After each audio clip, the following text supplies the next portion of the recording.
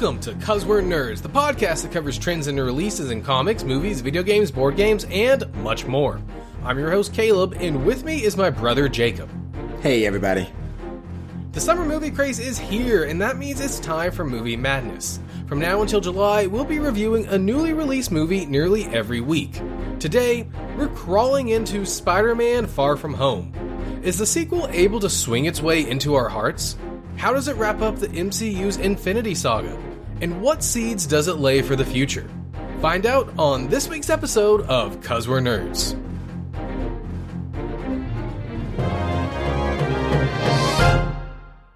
Welcome to the end of Movie Madness. Jacob, finally, after about 3 months now, this is the last movie in our Movie Madness series. How's it feel?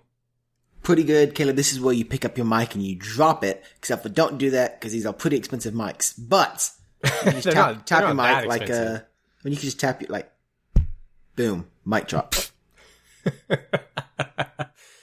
Oh man, yeah, it feels like it's been so long. And aside from Men in Black, I was on all of them. It was a lot of movie seeing. It was a lot of decent movies. I don't know. There weren't that many great movies. I got to be honest. Out of the 12 or so that we've talked about, not that many blew me away. Yeah, I agree. I mean, there wasn't a lot of bad movies. Yeah, they're just not movies that, you know, a year from now look back and be like, man, that was such a great movie. Yeah. Hey, you're a little bit more echoey than normal. Are you in a different place? I'm in the same exact place that I was in last time. Okay, maybe just move a little closer to the mic then. Is this better? That's better. You're really loud, but that's okay. Okay. Is this better? There you go. Sounds much better. Awesome. We all thank you for your ability to move forward. You know I'm a team player, so. Man, it's weird. This is the last MCU movie that we have this year, which means we've got 6 months plus of no MCU movies. I feel a little bit like we're back at the end of Infinity War, waiting for the next movie to come out. Although after Infinity War, we did have Ant-Man and the Wasp. Yeah, but I mean... And I didn't really like that one, though. So... Yeah, I mean, I mean, yes, it was like a part of the universe and everything, but it wasn't really like, you know, after Infinity War, that's kind of like eating an entire meal and then getting your appetizer after you've already eaten your meal. You know? Like, at that point, it's not very good anymore. Yeah, I understand. It's, I don't know. I'm curious. We don't know what Marvel has planned for Phase 4 yet. Kevin Feige has said this is actually the end of Phase 3. This is the last movie in the Infinity Saga. I think that's what the Infinity Saga. Yeah. Which makes sense with some of the stuff that happens in this movie.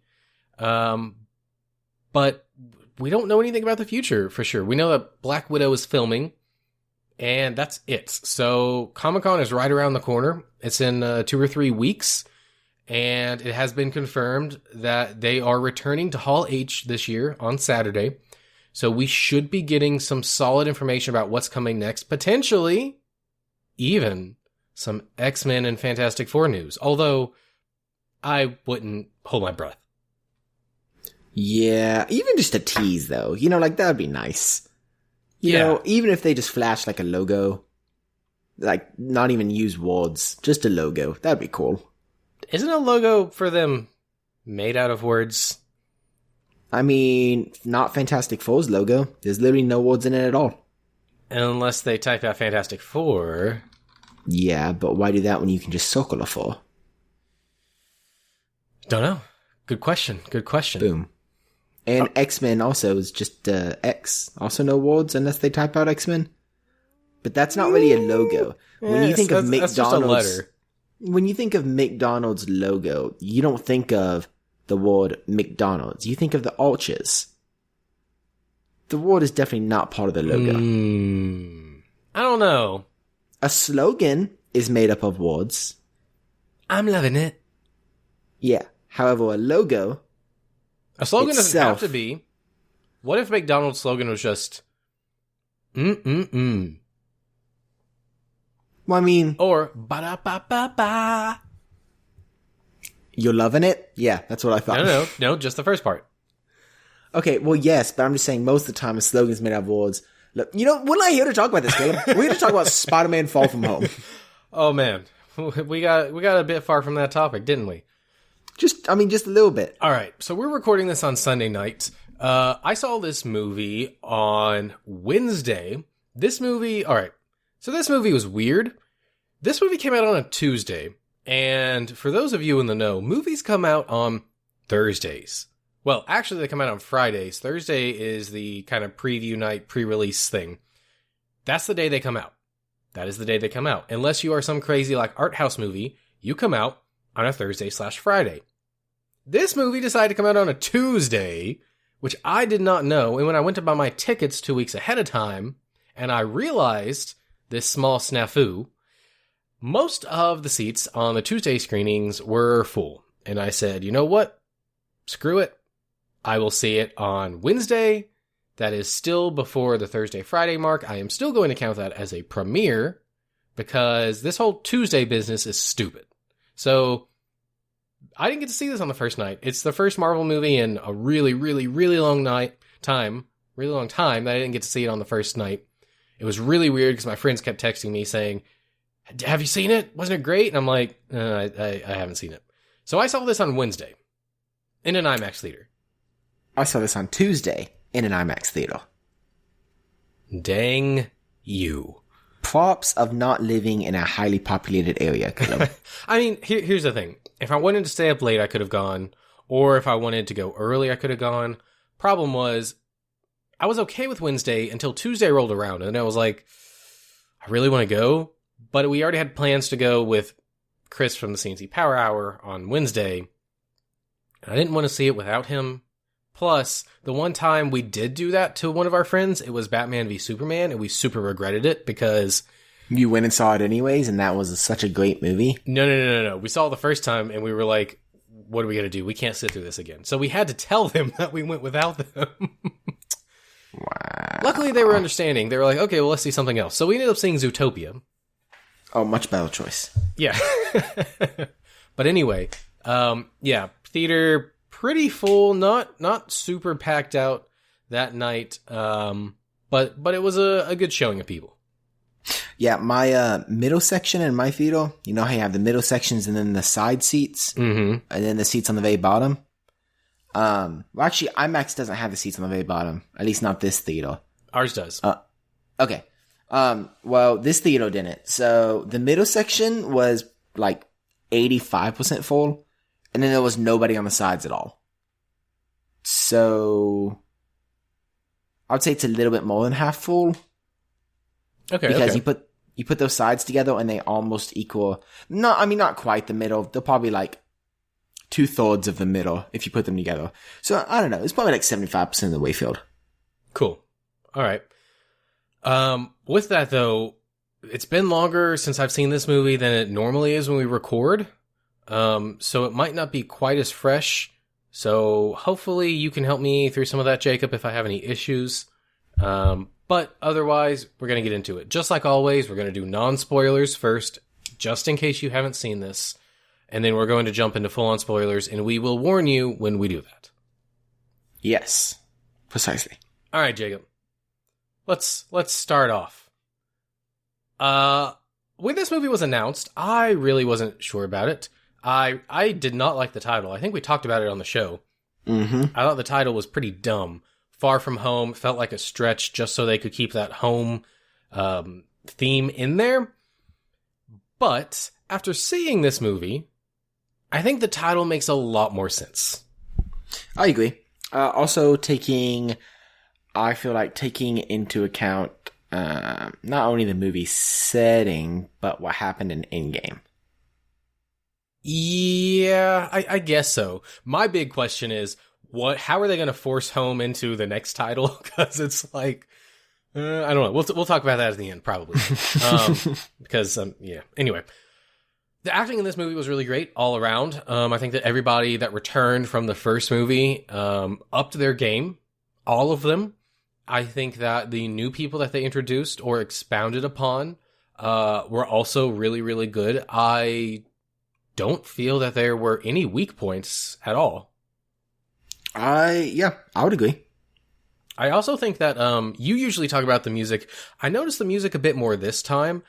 I don't know if you noticed, there were at least one or two cues where they worked in the Avengers theme.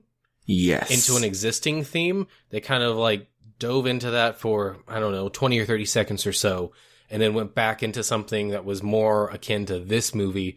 And at first I was like, I'm not sure if I'm going to like that when it started happening. I actually ended up liking it because it kind of harkened back to things that this movie references. I'm a little surprised that they used that theme instead of, say, Iron Man's theme specifically. Yeah. For some of the scenes. However, I think it fit, and I think that song sounds more like the Spider-Man theme than Tony's does. Yeah, I'd agree. So, it's more, although they did use Iron Man's theme. Oh, did they? Yes. I didn't. I'm writing it in my notes right now, so as soon as we get into spoilers, I'm telling you that first thing. Okay. I'm now that you're saying it, I might know where, but I didn't catch it when I was watching the movie for sure. But acting all around great. The villains I thought were really good. Oh yes. I was surprised when they revealed that the Elementals were the villains for the movie. I wasn't really sure what to think. They feel like kind of dumbed down versions of real Spider-Man villains. Think people like Hydro Man and Sandman and Molten Man. And so I really wasn't sure about it. I ended up really liking it. I think that it brought something to this movie that I wasn't expecting, which is one of the things that I love about the Spider-Man comics that they haven't touched on in the movies a lot is how he just does like regular crime, like, someone robbing a bank or whatever. And then maybe a supervillain shows up, but it's a lower tier supervillain. Think like Shocker or someone like that. And he takes care of it. And not that these guys were lower tier, but the fact that there were several of them kind of made it gave me that feeling. Not that like every time a villain shows up, it's got to be like the biggest thing in the world, but the fact that, there's a couple of them and he takes them on, that like, I don't know. I like that. It felt a little bit more casual, which felt more Spider-Man to me. I agree. I also liked it because it was something that we haven't seen in movies before. Yeah. Typically, our villain is just a single entity. Like a person or a robot, kind of like Ultron. And this was just kind of different. A different approach to it, which I thought was really cool. I also wasn't sure, like you, when the trailers aired. I was like, I didn't know how they were going to do it, but I thought the way they did it was really, really good. Yeah. And I think that I got enough of them that if we never get them in another movie, I'll be okay. Cause that was my biggest fear was like, oh, well, they're turning them into these, which means we'll never get them again, which I'm frustrated about. But I think it actually worked for the story they were telling. And they showed them, like I said, enough that I'm okay with that. But I will say this kind of ties into what I was just saying about it being a little bit more Spider-Man. This is the most Spider-Man movie, live action, that they have ever made. Oh, completely agree 100%. Ever. So much. Like, all of the other movies, even the good ones, all do certain things great. Even the bad ones do certain things great.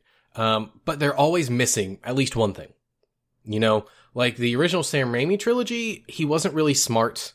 He wasn't really quippy. It missed those kind of more neighborhood type situations like I was just talking about. In the reboot that they did, The Amazing Spider-Man, he was a bit more quippy, but he still didn't have as much of the neighborhood stuff.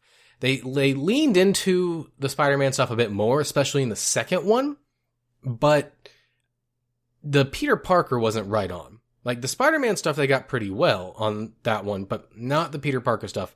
Then Homecoming comes along, and of course the other appearances he's been in, and those are really good, and it felt like our Spider-Man, but what Homecoming was missing was a lot of the iconic Spider-Man things. Things like, he never even goes to downtown New York in that movie. And things like that are kind of iconic. It felt very much like a Spider-Man in training and not a Spider-Man that knows what he's doing. And I think that because of the adventures he's had in Civil War and Homecoming and Infinity War and Endgame, he's kind of grown and he is a lot more experienced now. And you really get that feeling in this movie, which I think elevates it so much because they're able to incorporate so many iconic Spider-Man things. And I'll name specific ones when we get into spoilers, but that I really liked. And if you're a Spider-Man fan, that goes a long way. I was talking to a guy that we went with afterwards, and I told him, I was like, this is the most Spider-Man movie ever. And he doesn't really know me very well. I know him, like we've met a few times with friends. He's a friend of Chris from CNC Power Hour. So we've met up a few times, but we don't really know each other. And he was disagreeing with me, which is fine. He can have his own opinion. But like he was saying that it can't be because there were parts that didn't have things that were super Spider-Man-y. And to me, I'm like, dude, I know Spider-Man. I've seen these movies several times. I think I am pretty safe when I say this is the most Spider-Man movie. And you can disagree with me, but you are not at all changing my mind like any, period. Yeah, to kind of add on, I really liked it because, okay, so I loved Tom Holland, Civil War when he was introduced, and then, Homecoming, Infinity War, Endgame. But I feel like, and I don't know if it's just me, I feel like this movie, he really comes into his own. I feel like the character is super fleshed out. We've seen enough of him. We've seen one solo movie, and we've seen 3 movies other than that with him in it. I feel like now you know enough of his backstory, and you've seen enough of his encounters with other characters that you kind of know who he is. And it's almost as if, and I don't know if it was just me, it was almost as if Tom Holland understands that now. And I feel like he's portraying Spider-Man much more naturally now. Nothing really felt forced to me at all, which is awesome. And I feel like actually really hard to do in movies, because yes, you are acting as a character, but sometimes, those scenes that you may just not completely feel one with. But in this movie, like, it felt like Tom was Peter. It didn't feel like anything was forced, and it felt like everything was just so natural. Even the, like, expressions that he had and stuff, felt very, comic booky, if that makes sense. Mm-hmm. The entire movie to me, you could literally take it out and put it in pages of a comic, and you wouldn't think that it was a movie beforehand. If you illustrated it, I don't think you'd be able to tell that at all. Whereas other movies, yeah, you could tell because they do things here or there, But this, I feel like, is super, super well fleshed out. Well fleshed out. And I agree with you. I think this is the best Spider-Man. Yes, I would have liked to see a few things in here. However, it wasn't to the point where I walked out and I was like, man, I wish that was in there. I was like, oh my goodness, this. And then like a day later, I was like, oh, that may have been nice to see. But it was just extra stuff. It's nothing that it needed, because everything the film needed, I felt, was pretty much in there. And there's nothing in it that I even wish we would have seen.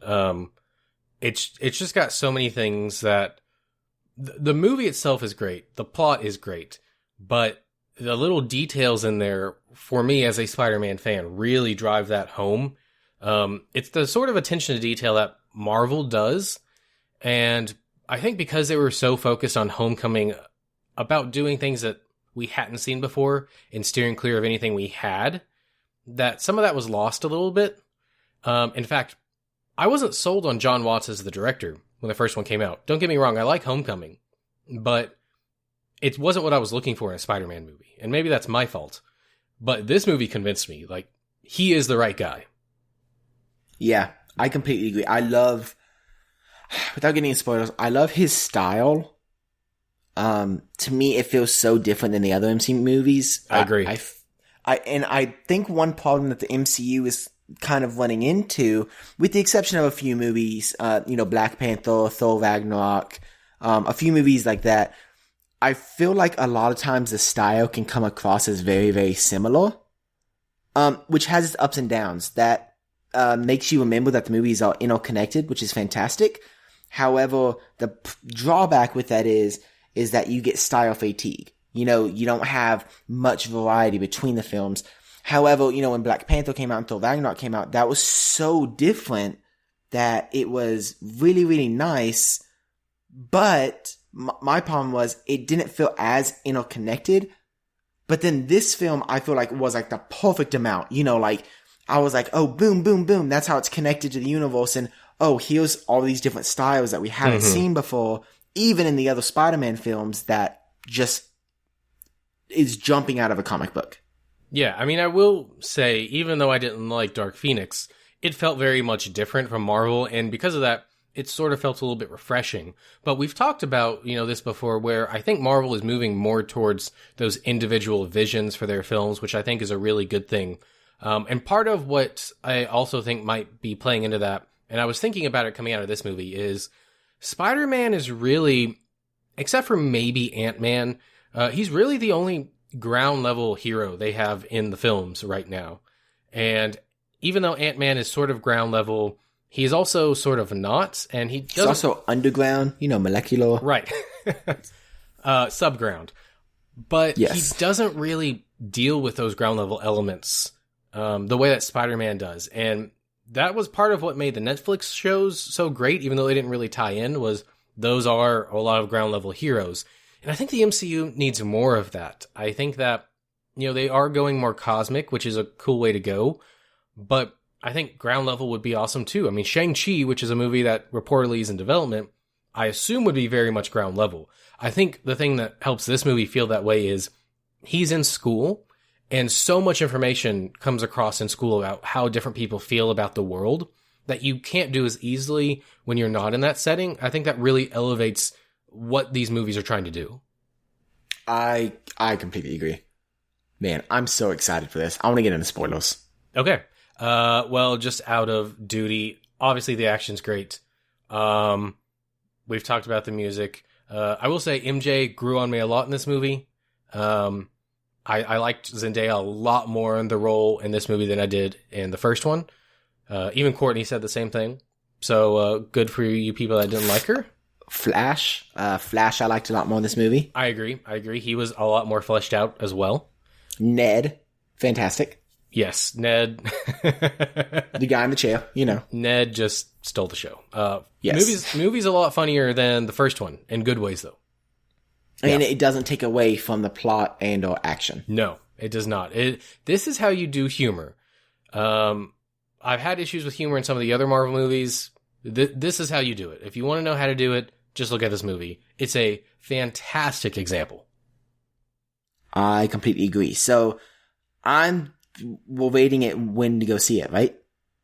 Yeah. Awesome. Right now. Pause the podcast. Go see it. Even if you've already seen it, you might as well see it a second time because it's that good. I agree. So, I say IMAX most definitely for this one. If you just happen to not be able to get into IMAX, definitely still see it in the theaters. This is a movie that I will most definitely watch several more times. I'll probably go to the theaters before it comes out again, just because I have a lot of free times on my hands. And then once it comes out on DVD, this is definitely a movie that I'm going to snag. Yeah, go see it right now. Great movie. Yeah, I totally agree with everything you said. I don't typically go see movies more than once in the theater, and when I have for the podcast, it's out of necessity. Like when I saw Endgame twice, it's like, oh, there's so much in there. I just need to see it again to process it. I didn't necessarily want to see it again. This movie I want to see again. I want to go see it again. In fact, I was kind of upset afterwards that I didn't see it on Tuesday so I could go see it again the next day. This movie is great. I will probably find the time at some point to go again. And I think Chris summed it up perfectly when we walked out of it. He said that it's been a long time since he's felt this way. Because most Marvel movies, when they come out, he's like, oh, that was good. What's the next one? And it's like, you just want the next one. This movie, he specifically said, no, I want to know what happens in the next Spider-Man movie. Like, I'm excited for this movie. I'm excited for the next Spider-Man movie. It's not necessarily the next Marvel movie. It's this movie. And I think it's a really big testament at how fantastic this movie was. he and myself have not walked out of a Marvel movie feeling this way in a long time. I think Infinity War kind of had that, although it was a much different type of feeling. But this one, really, really good. So definitely go see it in IMAX if you can. All right. We're jumping into spoilers. Spoiler! If you have not seen this, jump off now. This is last warning. I will say also with this movie, some movies, if you listen to spoilers and you're like, oh, that sounds good, now I'm going to go see it then. This movie, I would not. I would just go see. This movie you need to see before you listen to a podcast that spoils it. I agree. Yeah, Definitely. okay. So, spoilers. Get out. Wait. Okay. So, spoilers get out? So we're not doing spoilers? No, so like spoilers, comma, get out. Not spoilers get out, spoilers. Get out. And like I'm moving my hand forward, Spoilers, like comma, directing get out it would be towards telling you. the spoilers to get out. Well, you know what, Caleb? Get out. What was that telling you? I don't want to watch that movie. Anyway, very first thing, right off the bat, the Iron Man theme song, I told you.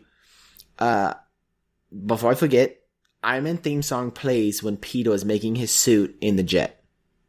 The Avengers music plays then. No. That was most definitely Iron Man's song. It comes on, Peter looks around and he's like, I love Led Zeppelin, maybe, or whatever, whoever plays it. He turns on, he's like, I love it. That was most definitely Iron Man theme song. But I think what they did No. That's not a theme song. That's a track that they played in the other movies. That's Okay. not the score though. That's not Tony's theme. I guess that's literally the song that he goes like, I am Iron Man. No. You know, that was most definitely that. No, that was Back in Black, I think. I don't remember what they played. They played one of the movies they've played in Tony's movies, or the Avengers for him, but it wasn't Tony's theme. Tony has a orchestral theme in his movies, or Iron Man does rather. It wasn't it, but the theme that they played during that, before they played that song, they worked in the Avengers theme right there. It was when he was standing there looking at the machine before he had actually, I think, really done anything, maybe? Mm-hmm. I think it was when he had the hologram on his arm. I think you're right. But I noticed it there, specifically. Okay, this is just me. This was played in the very first Iron Man movie, and so this is what I associate with Iron Man, you know, and I was talking to my friends after the movie, they were like, did you hear Iron Man's theme? So it may not be Iron Man's theme, you're probably right. However, I feel like a lot of people associate it with that, because it was doing such an iconic scene with him in it. Oh yeah, definitely. Yeah. So, oh man, Caleb. Oh man. Man, I know me and you are both geeking out. The more I think about this movie, the more I want to go see it again. So I just want to put this disclaimer out there right now. I'm not super excited sitting here just because I'm trying to remember everything that happened, because it's been a while. Because I was watching it and there were so many times I was like, oh, that's awesome, I got to remember to talk about that. Oh, that's awesome, I got to remember to talk about that. And because I wasn't taking notes during the movie, I totally didn't remember half the stuff that I wanted to. Oh, I remember everything. Okay. Well, maybe I'll let you kind of guide it, and I'll work in my stuff as we go.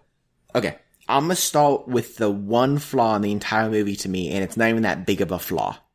Okay. I saw it at 10:40, so it was kind of late, right? I feel like, and this is, I think it's because I saw it late. I don't think it's the movie. It felt a little slow at the beginning to me, which is not necessarily always a bad thing. And I'm not saying it's a bad thing now, but it could have been because I saw it late. That's really interesting. Yeah, it felt kind of slow. I'll say maybe a fourth of the way through the movie, it picked up, and then from then on out, it was just like boom, boom, boom, boom, boom. Yeah, Courtney said, I think it was Courtney, it was either Courtney or Chris, said the same thing, which like blew me off my feet, because I'm like, what? Because normally I'm the one that has issues with pacing, but I thought this movie was paced perfectly. Like, every single beat was where it needed to be. In fact, I thought, if anything, the beginning was maybe a little bit fast, but I thought they conveyed everything they needed to. They didn't spend too much time on anything. I didn't ever get bored in the movie. Everything was moving along at the pace it should have been, which in Homecoming, I did feel a bit of that, that there was too much room to breathe. It needed to be a little bit tighter. But I didn't experience that in this one. Weird. It may, I don't know, it could be the time, but even my friend said that. Also, I'm not saying you're partial to either side. No, that's a fair argument. I mean, I am very much about Spider-Man. So, and I'm not necessarily even saying that it being slow was a bad thing.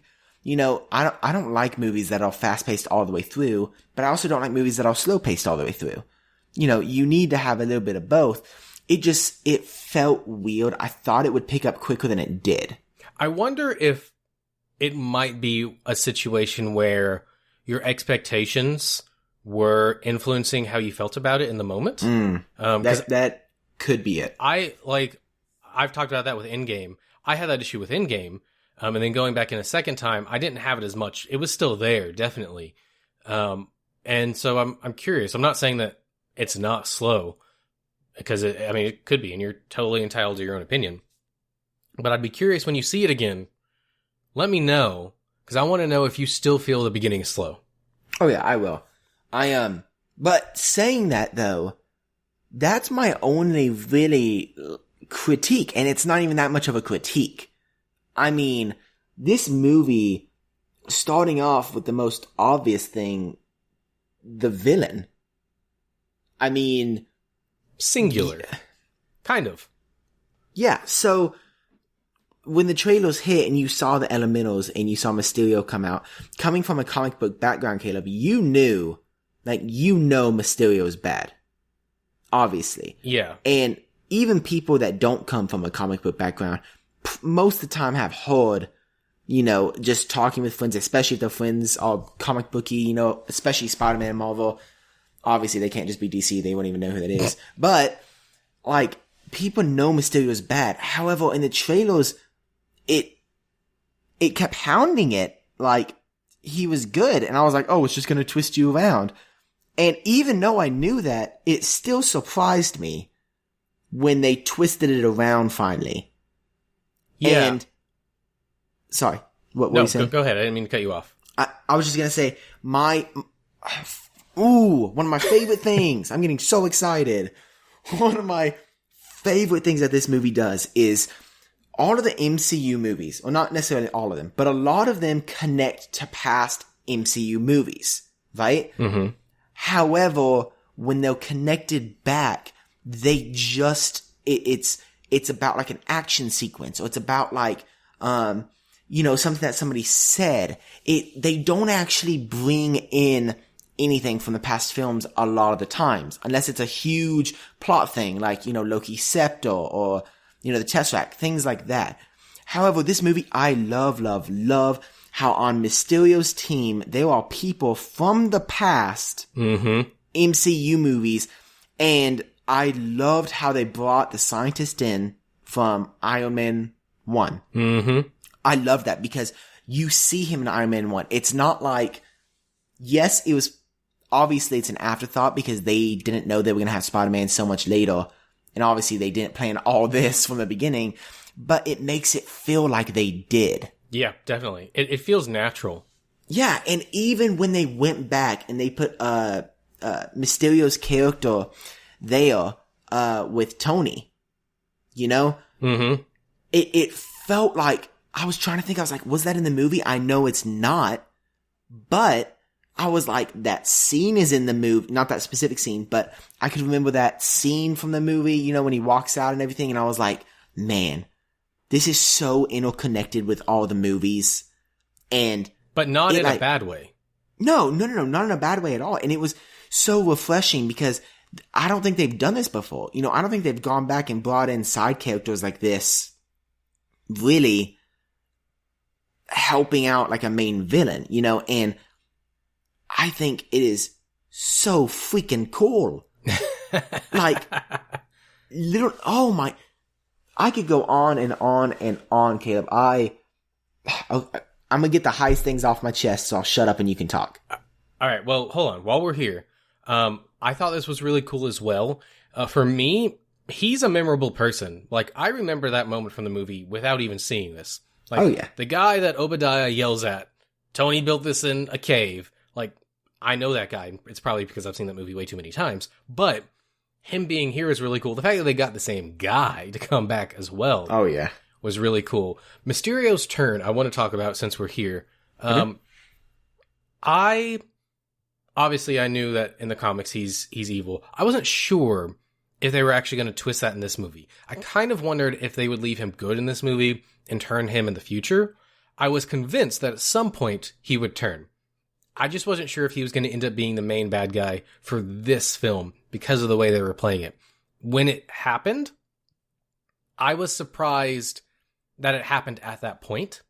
Like when things started disappearing, I knew instantly. I was like, oh, okay, this is the reveal. They're actually bringing it in. So that was really cool. I've seen people say that his speech there is cringy and bad. I don't necessarily agree with that, but even if I did, I think that's a good thing because Mysterio is kind of supposed to be funny. He's supposed to be a guy that's in way over his head, that uses these ridiculous special effects stuff to do his magic, I guess, if you're going to call it that, which I also really enjoyed. I did not think they were going to bring in that aspect of him, and the fact that they work it in with drones. He's not a special effects artist, but that's okay.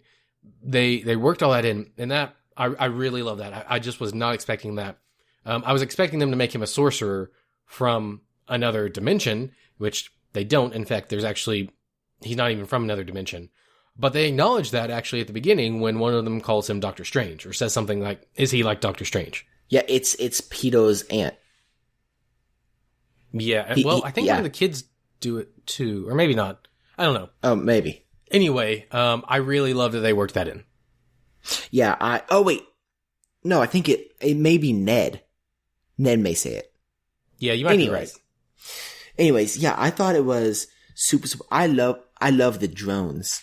The drones in this, and I also love how they loop back to Tony's, what's the word he used? Barf? Yeah, barf, but I was thinking of the, he said, my little something experiment. Something yes. Therapeutic? Psycho, I don't know. Psychotherapeutic something, maybe? Yeah. And I love that because it's just, they were taunts, they were unexpected things like this. And I was like, oh, like that makes so much sense, Like, sometimes I don't like when movies, when villains can do these things and it's kind of like it came out of nowhere, But with this, it makes sense, especially how they introduce, I love him having a team like this. Yes, because you would have to. Yeah, it makes it so much more believable. There was no way that one person would be able to do all of this. And I also love how most of the time, he's not actually wearing the suit. Yes. I really like that because it makes sense. He can control that thing on his arm when nobody else sees it, and it makes sure that he stays safe, which makes total sense. And I also love how, he doesn't like wearing the suit. I think it really portrays him. I think that's something that's cool because people with superheroes just automatically associate with suits. Mm-hmm. I mean, since the beginning of time, Batman, Superman, Spider-Man, I say it, the first thing you think of is their suit. Right. And so I love how he doesn't like wearing the suit. It's kind of like symbolic, like, oh, he's not actually a hero. Mm-hmm. And I thought that was so cool. And it's sort of also a peek behind the curtain because a lot of actors don't like wearing their suits because they're uncomfortable. True. Very true. And man, yeah, so that was really, really cool. I'm sorry. I'm trying to think of everything. It's like you've got so much running through your head. You can't think of anything. I literally do. It's ridiculous. Okay. One of my favorite scenes I have the entire movie. One of my favorite scenes is when, you gotta breathe, I'm talking too fast, is when Spider-Man is following Mysterio, Mm-hmm. and he's like cleaning up behind Mysterio when he's fighting the Elemental. Oh, yes. I loved that because I got so many different things in that. The first thing that I got is between these two, Spider-Man is more of a superhero than Mysterio is, because even at that point when watching the movie, I thought Mysterio was good. Mysterio is not caring for civilians, around. He's only trying to stop the threat, which is, yes, a part of being a superhero, but the main part is making sure people are safe. And so I loved this because you see Spider-Man, he's coming up behind him, kind of cleaning him up, and it makes him kind of seem like a second-class superhero, like a sidekick or something. Yeah. And I thoroughly enjoyed that. And not only I liked what he was doing, I liked how he was doing it. And then they added that comedic relief with him, going up and hitting the bell like twice. And it was so funny because I was sitting there thinking like, that would actually happen, like you have so much going on around you and you don't think about the giant bell that's right there. Yeah. And it's the Parker luck, which is one of the small things that this movie brings in. The Parker luck is this thing in the comics where nothing can ever go right for Peter. Like, every time something starts to go right, something else goes wrong. And, like, it's always a struggle for him to do anything. And that's just one example of it in this movie. Like, he's saving everything, he's trying, he gets hit by the bell, okay, well, fine, well, he'll get back up, oh, he's doing it, and then he hits it again. It was so funny, and like, but somehow, I don't know how, I laughed, but it also didn't take me out of the action. Which was really cool, because a lot of movies, sometimes they'll add comedic relief, but it kind of takes you out of the action. Right. But in here, it was all in one. It was one package. And I was like, that's awesome. That's so cool. Yeah. I thought that whole scene was really great. I think that after Man of Steel, it seemed like movie studios were afraid to show people being put in danger with superheroes. And they kind of went overboard where every time something was going on, someone had to say, oh, well, we got everybody out of the city. Or, oh, well, we'll go to this abandoned city or something like that. Yep. And I think that they went overboard. This is a good pullback. This is where it should be, where they're saving people, but it's not like every single thing you do that you have to say that it's been evacuated. Like, show them actually saving it. That's, like you said, that's part of being a superhero. That is the most important thing. That is the entire reason they exist. Yeah, and it was done just in such a good way throughout the film, and granted, like at the last battle of the film, I had seen Spider-Man saving people the entire time. I didn't need to see him, save people on the bridge while trying to fight Mysterio again. I had already got that, and they didn't show that. It was mainly him just fighting, which was so cool.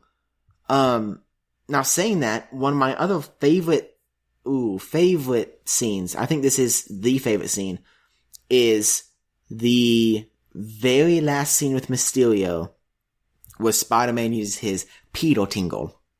And he's out of webs, and he's up against 5+ drones. There's probably 8, 10 in there, plus Mysterio. And he just closes his eyes and everything around him just turns pitch black. Mm-hmm. And you see him like in, just, it's like he's in space. And then you see him running and you can tell, because every single time he jumps off something, that object slightly comes into view within the darkness. Right. And I was like, that is so cool. It's a really good visualization of it that we've never seen before. Yeah, like, out of all the movies, this movie, I remember during Homecoming us saying, oh, his spider sense wasn't really shown as much. Mm-hmm. Which it hasn't. They haven't relied on it as much as the Amazing Spider-Man series and the Spider-Man series did. But this is nice because we've seen what else he can do. And this is not a new power, but it's something that he's finally just letting take control. Yeah, I think it's something that he has to develop. I think that the sense I got from this movie is, yeah, he's always had it, but he doesn't really know how to use it necessarily. Even when he's trying to explain it to people, he's not very good at explaining it. And there are actual explanations about what it is in the comics. Of course, those vary depending on the author, but there's ways to do that. And so the way that he develops it and the fact that he does that at the end tells me, yeah, he's still learning on how to do this. Maybe at the beginning he didn't even realize it was there. And maybe through all the events in Infinity War and Endgame, he realized that it was. And that's why he's working on it now. But I kind of think that that's going to get more and more developed throughout the movies. Oh, I agree. And I like it because if you think about it, in the beginning, he gets hit in the head with a shampoo bottle, that Aunt May throws or whatever that was. And she was like, oh, you didn't use your pedo tingle, and then at the end, you see him just fully using it. Mm-hmm. And so I really like that comparison of that journey throughout the movie. But I also like that scene at the beginning because one of the common complaints is, well, if Peter has spider sense, how can he ever get hit by anything? And there's two answers. The first one is, even if you know it's coming, if you're not fast enough, you can't dodge it. And sure. The second thing is, it doesn't necessarily always go off. And again, this depends on the writers. But sometimes if he's too focused on something, he doesn't notice it. Or if he's not focused at all, he doesn't notice it. It might still be there. And so I think that scene gives him an out for when he does get hit, as well as showing the progression. Also, I don't know exactly how it is in the comics, so correct me if I'm wrong. That wasn't, really a danger to him. Like, in the comics, is it only dangers to him that show? Or is it just kind of anything? It varies wildly. The most accepted, standard is only danger. So, yeah, you would be right. Although you could argue that hitting him is a form of danger. So, that's where it kind of varies depending on who's writing it, what level of danger constitutes it going off. Sometimes it's almost like a radar as well, where he can kind of sense a whole bunch of stuff. I see. So it ranges, but typically it's things that are immediate dangers to him or people around him. I see. I will say something that I'm just now kind of thinking about. It's not a huge complaint. When he was making his suit, which was awesome, by the way, and then he's fighting at the very end, it's hard to believe that he didn't get hit once with a bullet because there's hundreds of drones, and yes, he has spider sense, but if there's hundreds of drones shooting at you, you see what I'm saying? I see what you're saying, but for me, coming from the comics, that is your base level Spider-Man. So the fact that he doesn't surprise me at all. The fact that he could in the movie is more surprising to me than that he's able to do this. And it's not bothering me that much. I was just thinking about it now. But going back, actually not really going back, this is something completely new. I will say the scene that felt the most comic book to me, like the one that popped out the most comic book, was when they're on the tour bus and he tells everybody, look at the goat, and then he jumps up through the ceiling and he webs that drone, and the whole scene is in slow motion. That was fantastic. See, I disagree. To me, that feels more like a movie scene. I don't Really? think that something like that would be focused on in that way in the comics. If that were in the comics, the focus would be more on how is he going to distract them now? How is he actually going to sneak out versus him actually shooting the robot? So that felt way more movie. The things that felt more comic book to me were the little nods that they gave and a lot more of the action and web swinging, especially towards the end. That felt a little bit more Spider-Man-y to me, anyway. Well, it's hard because I guess I say more comic booky, but maybe it just felt super Spider-Man-esque, because I say comic booky. I don't even read Spider-Man comic books. So I guess it's hard for me to fraud. be yeah, I will say something that I do associate myself with Spider-Man wise that this movie really reminded me of was when Mysterio finally gains access, to the satellite and everything, and he's putting Peter through these, massive holograms. where Peter's confused. I got a huge Spider-Man 2 feeling on the original Xbox. Because literally in that game, you face Mysterio and inside the theater. And there's like a ton of them that you go around, and then you have to like swing up to the Statue of Liberty, and there's all these drones, and it just made me feel so like, wow. And then it's funny because in the game, he turns out to be one punch. You know, you hit him one time and you've won. And in the movie, that's kind of what it is. You know, Peter takes him out like super easily. Yeah, he's not supposed to be physically imposing at all. Yeah, and I loved that. This may be one of my top villains in the MCU. Not my favorite, but he's up there. He's within my top 5 easily. Yeah, it reminded me of... he's the main villain of Spider-Man Shattered Dimensions, which is a video game. It reminded me a bit of some sequences that are in that, but more importantly, it reminded me a lot of the Scarecrow sequences and the Arkham games. Yes. Which the newest Spider-Man game kind of borrowed from for a couple of its sequences. So it felt a lot like that. I want to say it felt really comic booky, although it didn't at the same time. Like, a comic book version would have been like one of those things for a second, for like a few panels and then moving on. Like, it wouldn't have been as fast as it was in this movie. However, I think that it was a fantastic visual. I think that it worked phenomenally for this movie. I was very surprised when he got back out into the daylight and he was still in another hologram. Like, that sort of thing blew me away. And I know they did that twice. I kind of wish they would have leaned on that a bit more, though. Well, it was like, my favorite thing is whenever he sees Happy again, you know, he asks him, he's like, prove you're you. Yep. You know, because you wouldn't be able to believe anything that you saw from that point on. Exactly. Which is good. Yeah, like, I love that. I'm glad he didn't see Happy and just go straight up to him and get in there, you know. And even from that point on, even though I was watching things, I was like, I don't know what's real. You know? Like, even at the end when you see the giant monster and you see the bridge and everything, I was like, is that really where they're at? I was like, you know, and you start overthinking it a little bit, which is awesome because that's what the character himself is probably doing. Yep, definitely. And so I thought it was a really cool visual that they did. And I agree with you. I think it worked tremendously for the movie. And I think that's honestly the best way that they could have done it. Well, it's hard for me to say it's the best way they could have done it. I loved what they did and I have no complaints and I don't want them to change any of it.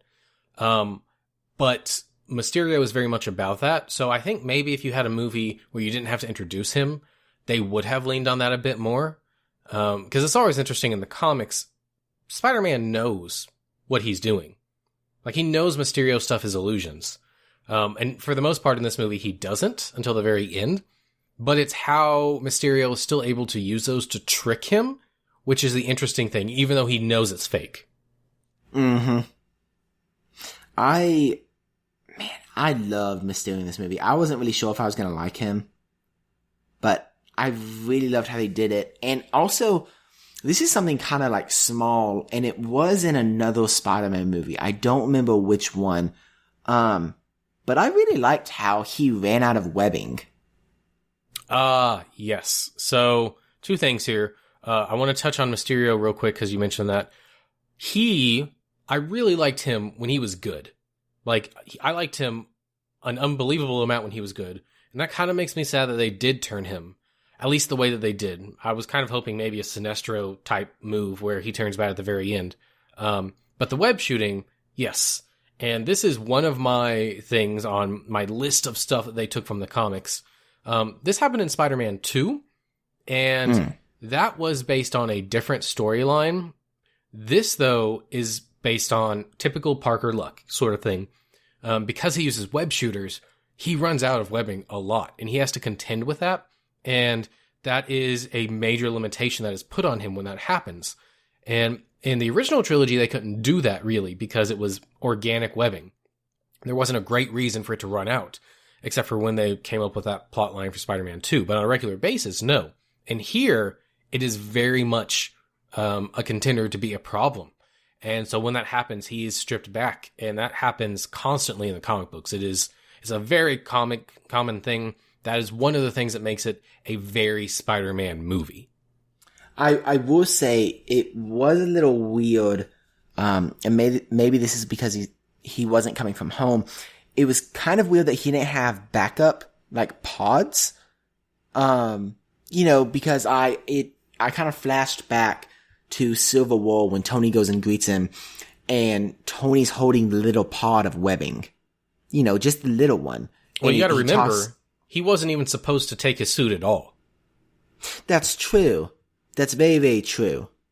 So, and Aunt May packed it for him, so maybe she just grabbed 2 and threw it in there. Right. I mean, it's amazing that his web shooters even made it in. Oh, yeah. And I thought it was hilarious during the whole airport scene when they open it up and the suit's there. Yes. And she pulls out the banana. She's like, know this. Yeah, I'd seen that in an international trailer a while back. So I thought that was pretty good. It was great. It didn't hit me as much because I'd already seen it. Fair enough. I am a little disappointed. Maybe I'm forgetting it. That scene, I don't think it's in here, but that scene in the restaurant with the cops is not in here, right? When he tells the cop that he's been doing like his job joking around, and I was trying to remember that right as we sat down to start recording. I don't remember it being in here. I don't think it is.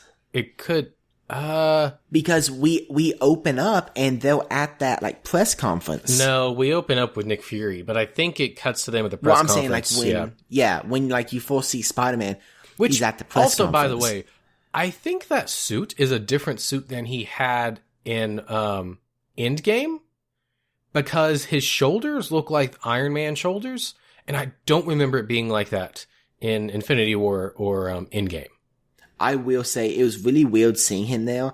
It looked like he had aged a lot standing up there. It looked like he was an adult Spider-Man. His shoulders were, I guess it was his stance maybe, and the armor. His shoulders were very, very broad, and standing next to Aunt May, he seemed very tall. And I was like, this is kind of like, this looks like he's a lot older than he is. Yeah. And I started thinking, I was like, they didn't do a time jump or anything. That'd be weird. But, I mean, they didn't. It was just the way the suit was. But I think you're right. Something seemed a little off with the suit. I didn't pick up on what it was, but the more I think about it, that may be what it is. Yeah, and if it did have those Iron Man shoulders, those are very bulky. So that would definitely, like, make your shoulders broaden a lot more. Yeah. So I am a little let down that they didn't have that scene, just because that's more a friendly neighborhood Spider-Man, and I like that kind of stuff. Yeah. But again, it wasn't like I walked out of the movie, I was like, oh man. Let's see. We thought we had conformed multiverse, and now we have unconformed multiverse. Yeah. There may still be one. There could be one. If I had a complaint, that would be it. But it's not really a complaint. It's just that the possibilities that opened were so many, and the fact that he just kind of made it up was saddening. And the fact that they marketed it that way, Jacob, this is the second time they have done this to us. They did this to us in Iron Man 3, the reverse, where they made us think a villain, someone that wasn't a villain was a villain. And here they've made us think someone that is a villain wasn't. I actually really like this. I'm kind of saddened that he just made it up. However, it makes a lot of sense, with his team, coming up with an excuse like that. It's so far-fetched that it seems like something S.H.I.E.L.D. would believe, and at the same time, I like it because that made me think the movie was going to go in a totally different area and have completely different after credit scenes than it did. Yeah. And then, boom. I was like, oh man, like that sucks, but that's also awesome because Yeah, that changes the entire movie. I'd heard that the after the credits scene was amazing. I didn't know what it was. And so, of course, your first thought is Spider-Verse, with it being a multiverse. I was pretty confident they weren't going to do that because of the animated movie. I thought they were going to try to do something different.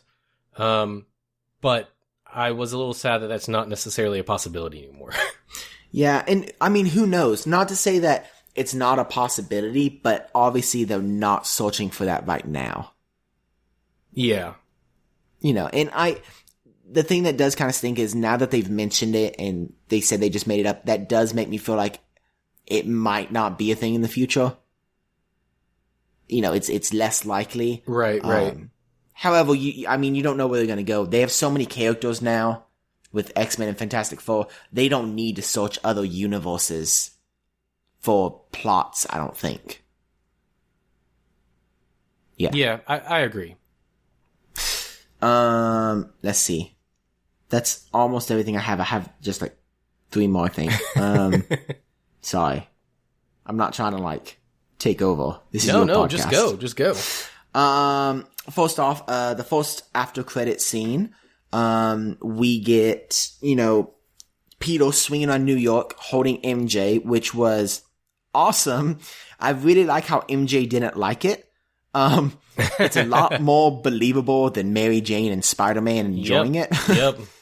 Although, to be fair, he swings a bit differently than that Spider-Man did too. Very true. Very true. Also, it was very believable because her hair wasn't going the wrong way. Have you ever seen that picture, that screenshot? And then before we get to the big reveal, in that scene, we see a nod to PS4. Spider-Man takes a selfie. Yes, I did notice that. Yeah. Yep. And he does the same exact pose that's in the Spider-Man PS4 game. Yep. And then also, something that was in the trailers a lot, they showed this scene of him swinging around a lot. And we started to see the base of a tower. And everybody kind of assumed that this was Avengers Tower.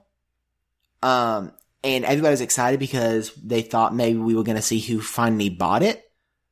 And we don't. There's not fact, even... Did you notice that they changed the shot? And the one in the trailers is under construction. And I saw no construction stuff in this one. Yeah, I didn't see any construction either. So, I was excited because I thought maybe that was going to be the after credit scene. We were going to get to see what it was. Whether it be the Baxter Building or Oscorp Tower. But we don't know, so we're going to have to wait. Honestly though, I think that's a good thing.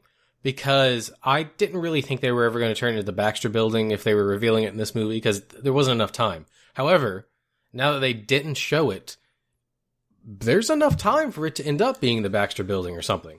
Yeah, there's a huge possibility that it could be the Baxter Building, which would be exciting. I don't know if I want it to be the Baxter Building more or Oscorp Tower, though. I don't want it to be Oscorp. Okay, why? I think that the lineage of the building makes it less exciting for it to be Oscorp.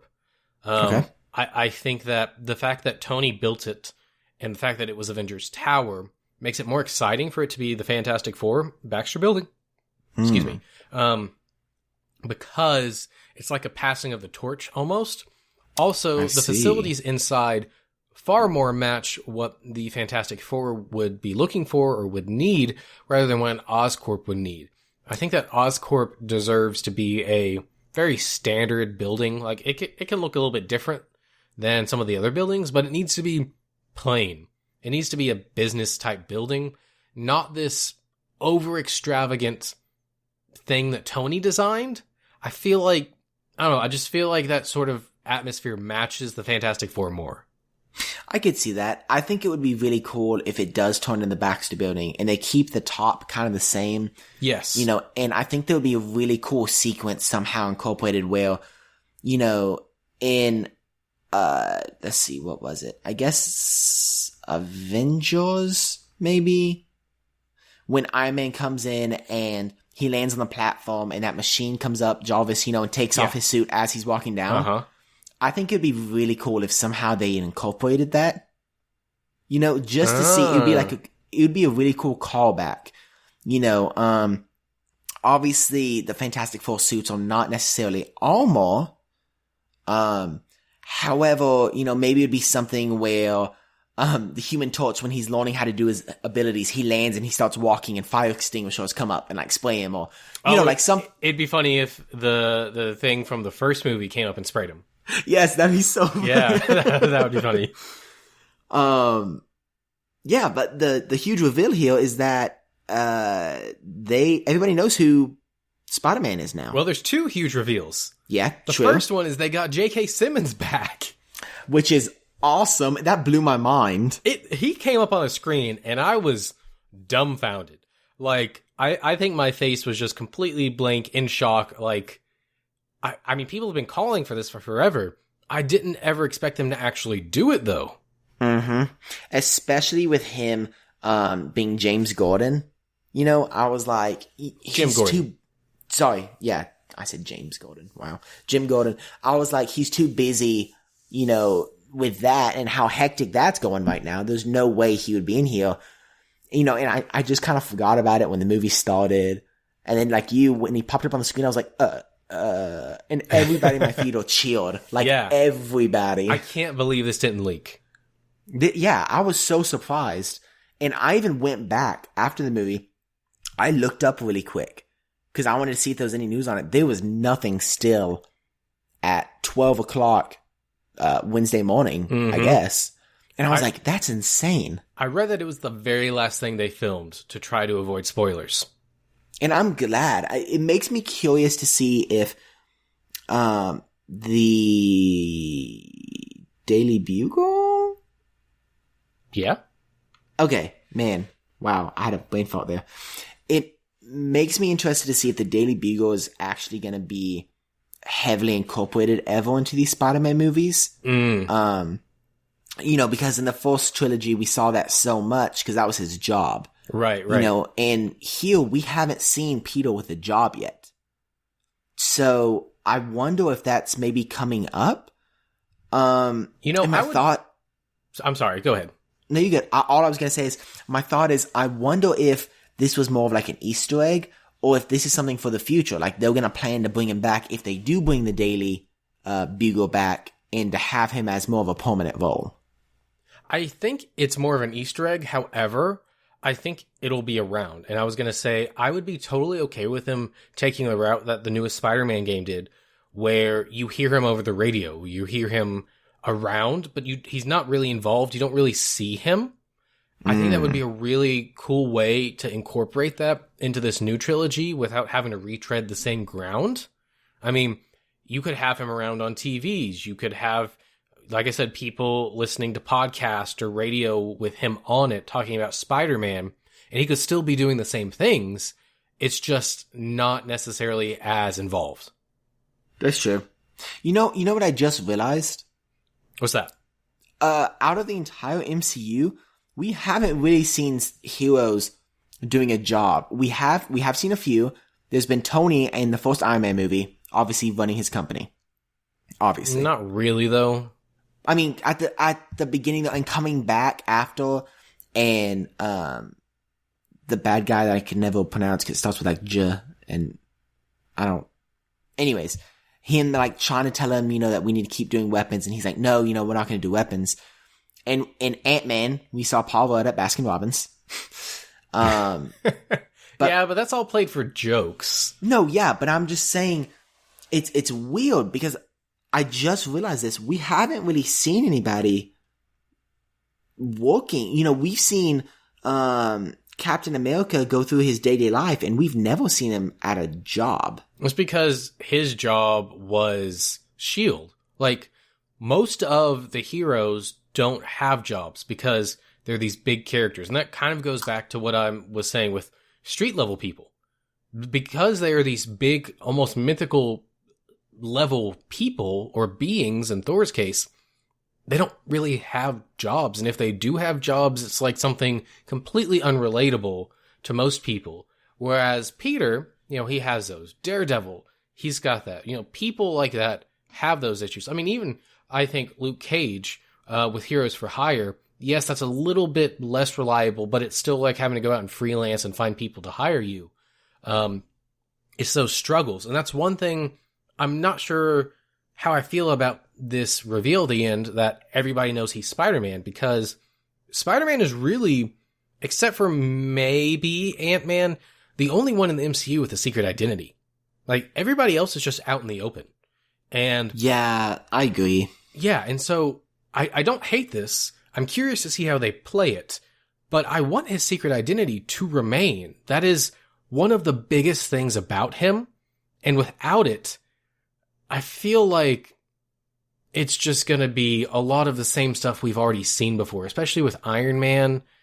You know, I'm fine with him doing a movie where he goes through that struggle, and then at the end it's like, oh, guess he's not Spider-Man anymore.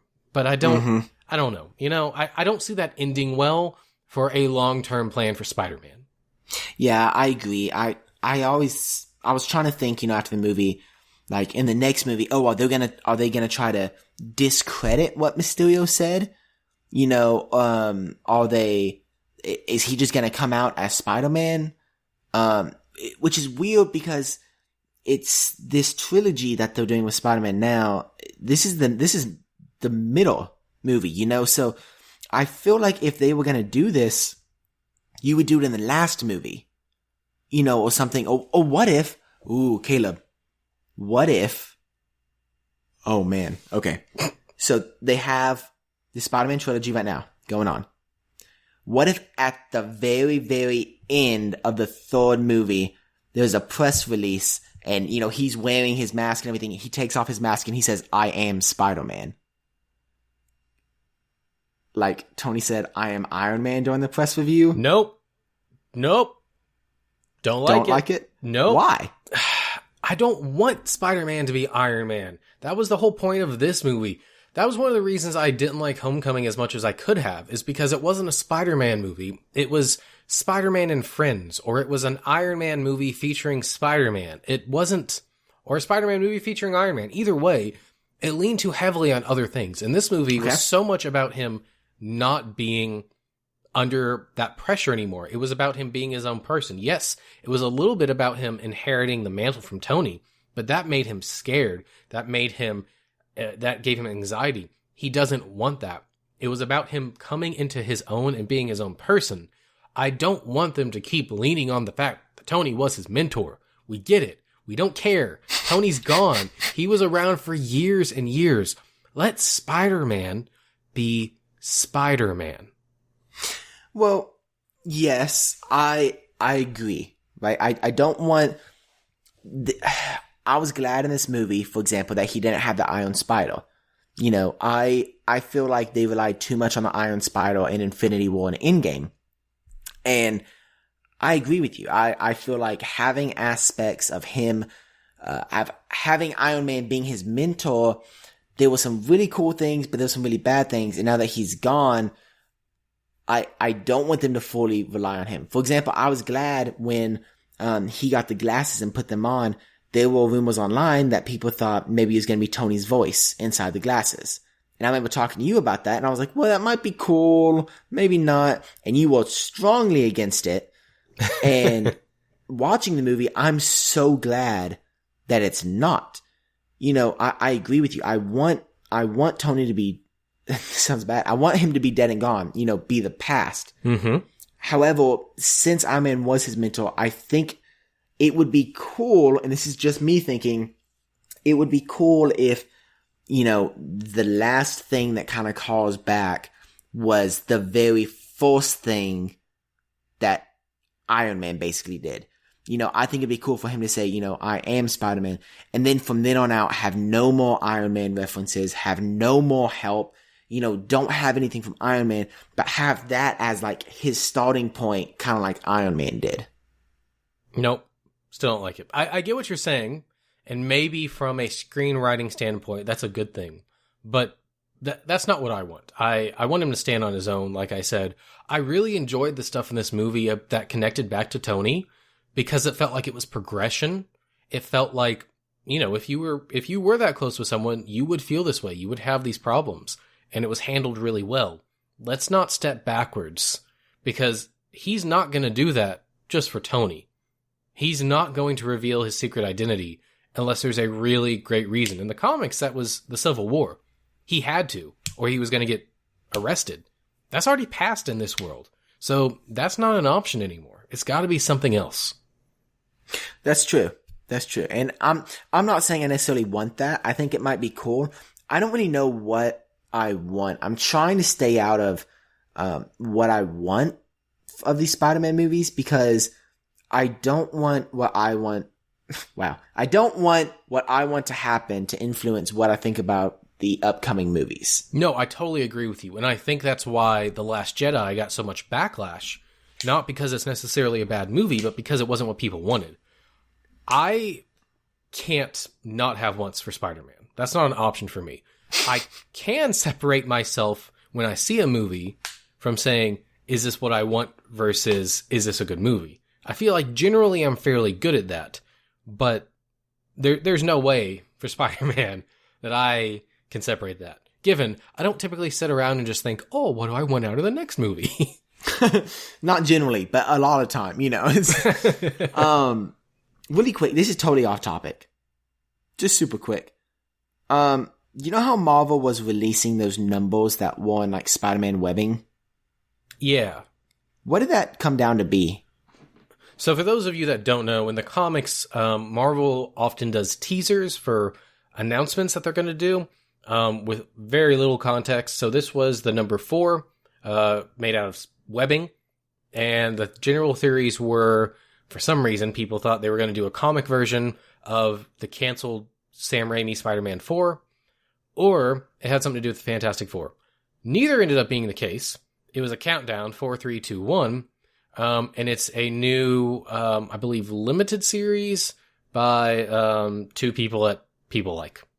That's it. Yeah. Okay. I was just curious. I remember seeing news on that, and I never actually saw what it came out to be. It's because the reveal wasn't anything impressive. I see. Fair enough. Yeah. Okay, I have 2 last things, then I'm like done. All right, man. Let's get rolling. Okay. One of my favorite things about this movie as a whole, you know, after talking about everything, is that at the end of this movie, it's presumed that, well, actually, Mysterio didn't actually get shot at the end, did he? Ah, yes, the big question. I have a question about this too, and I think we're meant to. Did Mysterio get shot or didn't he? Is he alive or isn't he? When I came out of the theater, I thought there was a very large possibility that he was still alive. Okay. The people that I were with, including Chris and Courtney, said, no, he's dead. They said that his Duder guy, the guy from Iron Man who took the USB stick out of the computer, that was the video. I am not convinced. Mysterio's whole thing is fooling people, especially with illusions, and he has done this in the comics before, where he has made himself look like he died and didn't, and I sort of think that he knew he couldn't win, and I wouldn't be surprised if he actually got shot. I think he probably did actually get shot. But whether or not he actually died, I'm not so sure. I feel very strongly that if they want to bring him back, it is a very easy explanation to get him back. Oh, yeah, I completely agree. My thing was that I left the theater feeling like the overall thought was that he's presumed dead. Presumed. Not confirmed, you know, and I was like, just because he's presumed dead doesn't mean, you know, he's dead. And I like that because in a lot of other MCU movies, we've seen the villains die. Yep. For example, at the end of Black Panther, you saw him die. If they wanted to bring Killmonger back, it would be a lot more difficult than this would be. Because they kind of left it up in the air. And I think they did that on purpose, kind of like you said. One of my favorite things, though, coming out of this was that even though Mysterio is presumed dead, what he did is not over. You know, it's kind of like Thanos and Ultron. Yes, they're gone, and Mysterio might not be gone, but he might be. We don't know. Even though that he might be gone, what he did is going to have a lasting impact. You know, it's not like this was a solo film just to be a solo film. sometimes I remember after these, after credit scenes, they set up the next movie. However, it had nothing to do with the villain from that movie. Right. It had to do with maybe the next villain, from like an event or something like that. However, what I really, really like is that Mysterio is going to have a lasting impact or lasting effects on the MCU, even though if he died, or even though he got caught, he technically lost. He didn't achieve what he wanted to, but yet he didn't really lose if you think about it. Right. He lost in the fact that he didn't achieve what he wanted, but he got some sweet, sweet revenge. Yeah, and I also love I love what he's trying to do. I like how he's not just a villain trying to conquer the world. He's not just a villain trying to snap back at heroes. He just wants to have a voice. Granted, he's a really bad guy. He's gonna let civilians die. Mm-hmm. So he has a voice. But it's cool that that's all he wants. He just wants people to heal him out. Yeah, the villains that have been in these Spider-Man movies thus far have been very fleshed out and three-dimensional. Oh yeah, I love this. This is a villain that I could see very much being in the real world. Obviously not doing everything that this guy does, but this being the reason that they're doing what they are.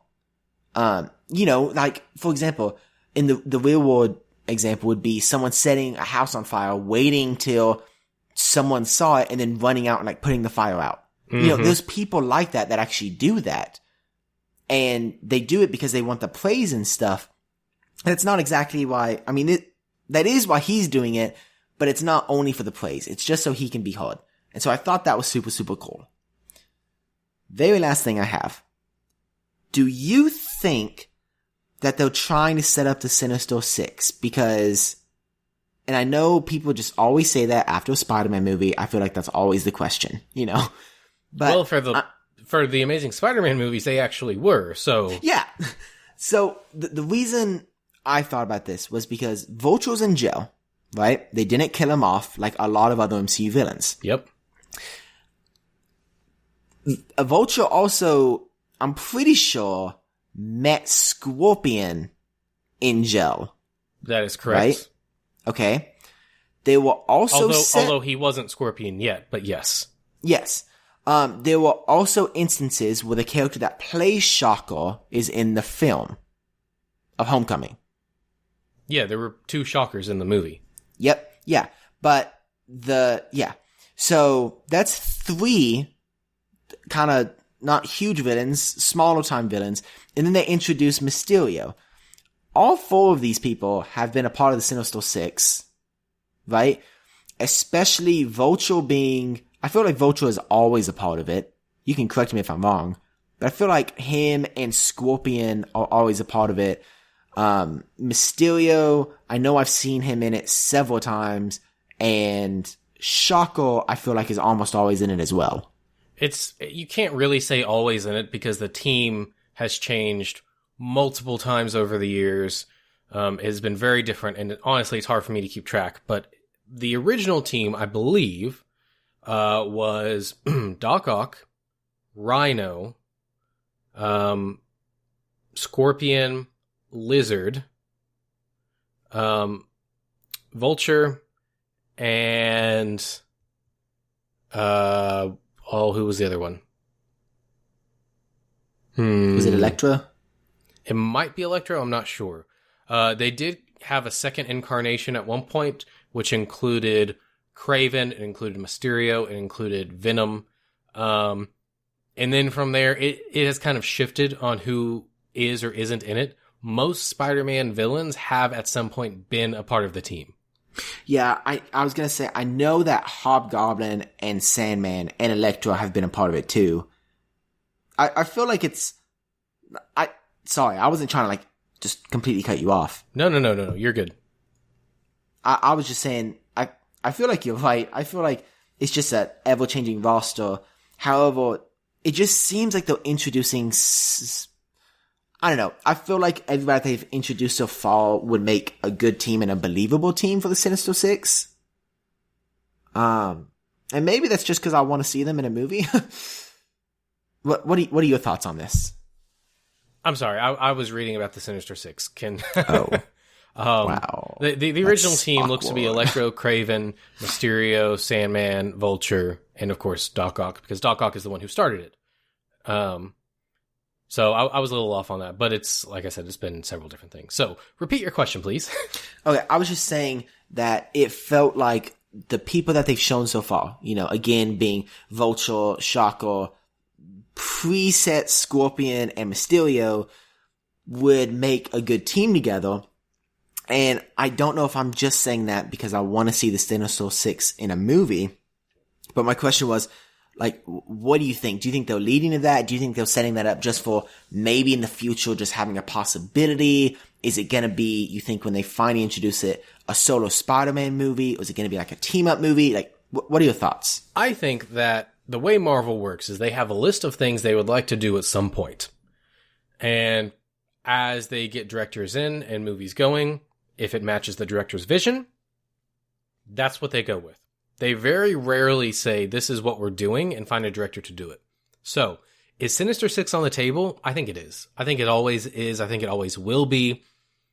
Are they ever going to do it? Depends on how long they have Spider-Man. Do I think they're going to do it in Spider-Man 3? Probably not. Do I think they could do it in a Spider-Man 4? Yep, they could. I think so long as Marvel gets to keep Spider-Man in their current working agreement with Sony, I think we will see it at some point. I think that the people they've chosen thus far do make good members. What you are sort of missing is the big bad, because typically there's a big one in there. Historically, it's been people like Doc Ock, Green Goblin, that have kind of been leading the team. And I don't think we have someone that's been of the caliber to lead that team yet in the MCU. However, I could see a movie coming up where they introduce Norman Osborn.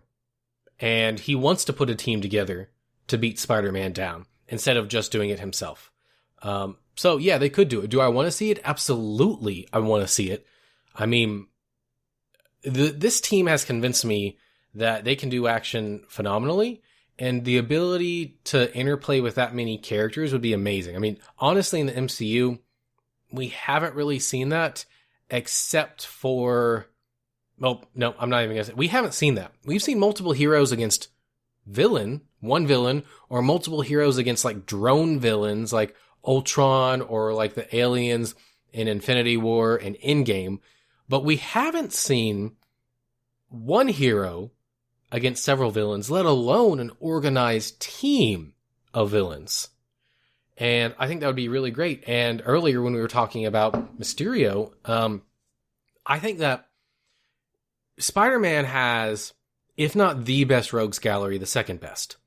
It's either him or Batman for who has the best one.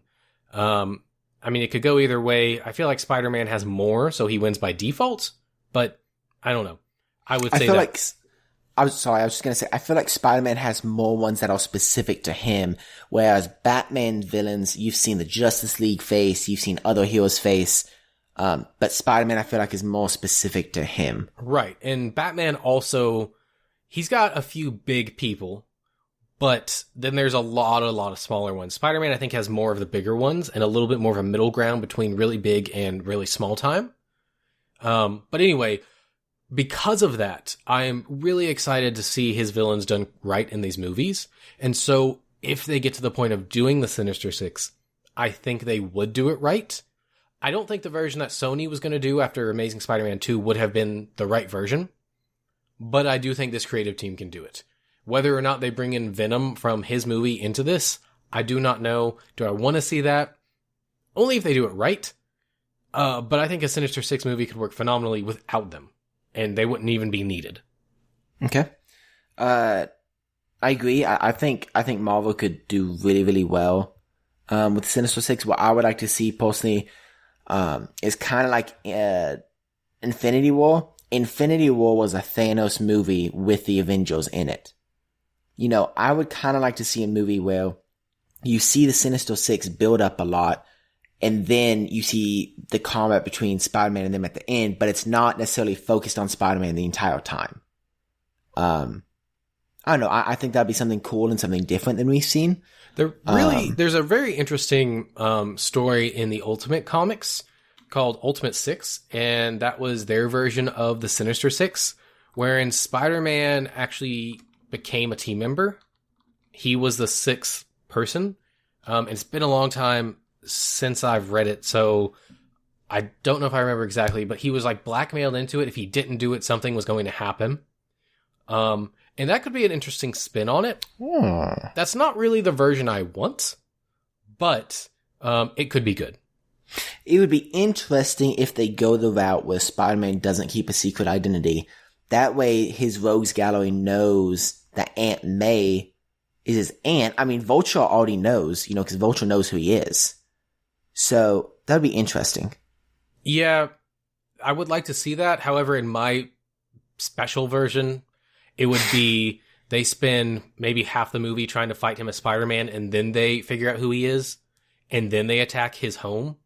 Yeah, I think narratively that would work better. I think it would make more sense plot-wise than just a whole bunch of villains showing up at his home. Because otherwise, why wouldn't random villains just be attacking him anyway? Why are they going to organize if they already know who he is? Everybody's going to feel like they have a one-up on him. Versus someone coming in that discovers it and says he's going to share that with them. That would be something that would get them to work together. Yeah, I completely agree. Last thing, just super quick question. Seeing Homecoming and now seeing Far From Home, I don't think this is confirmed. Correct me if it is. Do you think this MJ is Mary Jane now? Oh, yeah. I mean, they were cagey about that in the last one. They were like, well, she could be MJ, but she's not this movie's version of MJ. And I think what they were trying to say with that is, it is MJ. It's just not the MJ we know from the comics. Don't come into it expecting that character. It's a different character. But yeah, hands down, this is our Mary Jane for the MCU. Do I like it? I don't know, but I like her a lot more in this movie than I did in the first one. Okay, I just didn't know. I remember us talking after the first one, trying to decide if we thought she was Michelle Jones MJ or Mary Jane MJ. I think she's MJ. What that actually stands for, I don't think matters. Not that I'm asking because I care, that MJ's the super pale redhead, not that I care. I was just curious, what your interpretation was, and where it was going. Yeah, that's what I expect. Okay. Cool. Is that everything? Yeah. Cool. I didn't know if you had anything else. Yeah, well, you covered most of the stuff I was going to say, but there's a couple little references and things here and there I kind of wanted to touch on. Most of them we've talked about. One thing that we haven't talked about that, again, is one of those Spider-Man-isms that I love that they fit in here is the improvised costume, where he doesn't have a costume and he needs to find something. He puts on a mask. That is a staple Spider-Man trope, where he is just out, he doesn't have his costume, or maybe he's lost his costume, and he's got to fight, but he doesn't want people to see him. So what does he do? He grabs something around. It's been a paper bag before, it's been webbing, whatever he can find. Fantastic Four suit. And he just looks ridiculous doing it, and that's so fun. And that's one of those things that you would lose if everybody knows who he is, because why would he do that anymore? Things like that. Honestly, his costume, he doesn't even need his costume anymore, because part of the reason his face is covered up is so people don't know who he is. So you already are losing two big things about it. They do reference the universe, even though it's fake, as 616, which is the actual designation for the Marvel Universe in the comics. Each universe has a number designation so that they can be identified. And the classic Marvel Universe is 616. And, sorry, I was just throwing one thing out there. You were talking about the suits. Also, when he was making his suit, we got to see a look at the original Iron Spider suit. Not just that one. There were a lot in there that are from the comics. There was one, I believe, that's from Secret War. Not Secret Wars. I'm talking Nick Fury's Secret War. Different comic book. Are you talking about the armored? No, it's black and like a light blue. Oh, I don't think I saw that one. Yeah, it was in there on one point in the hologram. There were several. It was hard to see all of them. I do think the ones from Ends of the Earth was in there, which is an armored one, which is one of my favorite Spider-Man suits. Yes, that was the one I was thinking of. Yeah, that one I like a lot. But there were several. I think it would be hard to figure out what they were without getting a DVD or a Blu-ray and pausing it. I wonder if they'll come out with, you know how sometimes after the movie comes out, they have screenshots that they release Yeah. for the movie. Anyways, sorry, I was just throwing that out there. Yeah, no, you're good. Other things I loved, obviously, I've already talked about this. The fact there's a lot of villains, which makes them feel less special. Perfect for Spider-Man. The broken web shooters we've already talked about. At one point, they when they're trying to figure out who Hydro Man is, someone says, oh, well, there is this guy that was electrocuted and blah, blah, blah, blah. That is Hydro Man in the comics, or at least one of them, who has been Hydro Man, the guy that they actually name in there. There's also a character in this movie named Dimitri, which sent the internet into a blaze when it was announced. That's important because Dimitri, and this is a character I forgot actually earlier, Dimitri is the name of the Chameleon in the comics, which is a Spider-Man villain who has frequently been part of the Sinister Six. He is a master of disguise. Originally, he was just a dude that could disguise himself really well. Later on, he actually gained superpowers to where he could morph himself into other people. In this movie, he ends up just kind of being a joke character for S.H.I.E.L.D. He's the guy that drives the bus with the beard. Whether or not that's the Dimitri that is Chameleon, they could turn him into that at some point. It wouldn't make sense. I actually thought he was going to disguise himself in this movie, which would have led him down that road a bit more, but they didn't. Oh, that would have been really cool. Right? I was hoping for it. I thought they were going to do it. They didn't. But they did disguise some other people. That's true, with holograms, which actually could be a really great way for him to disguise himself. I was actually thinking about the Skrulls, which we didn't even talk about. Oh, we'll get to that. One thing I want to mention, I think this might be the most globe-trotting MCU movie. The only one that I think might be more Civil War. No, I think this one is more. I think this one is more, which I liked because when they announced the title, I thought he was just going to be in one place. I was like, But the fact that he roams around, that makes more sense, you know? Like, I really like that aspect. Coming into it, I thought I wouldn't because I want him in New York. That's where he should be. But I like the fact that he was around. And I think that the fact that they did that and then showed him in New York made it more special when he actually did. Because this is the first time we've seen him in New York in this series of movies. Thor movie is finally home. You know, I thought about that. It just sounds so funny. It sounds so forced. Like Homecoming, and then just like he gets far from home, and then he's finally home. Oh, what if it's no more home? His house blows up. Wah, wah. Oh, that's a typical superhero trope. Blow up their house. Well, of course. I mean, dead parents, blow up the house, right. Suit destroyed. Plus, it happened in Iron Man 3. I mean, it's perfect. It's meant to be. Right? I mean, oh yeah, of course. You know, let's just stick an arc reactor on his chest. Oh, let's do it. I mean, they basically did that in the comics when they made his spider glow, so... But shape it like a spider, because he's Spider-Man and not Iron Man.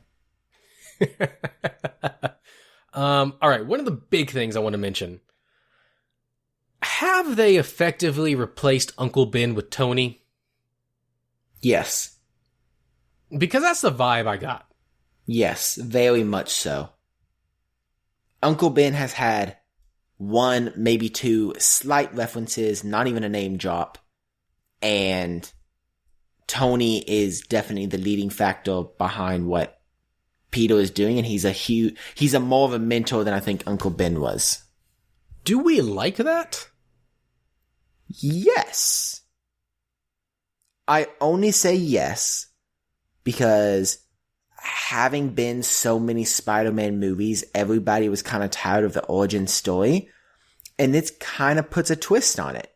You know, yes, Uncle Ben may have been the reason why Spider-Man became Spider-Man, but did Spider-Man really become fully Spider-Man before he met Iron Man? he didn't have the suit that everybody knows.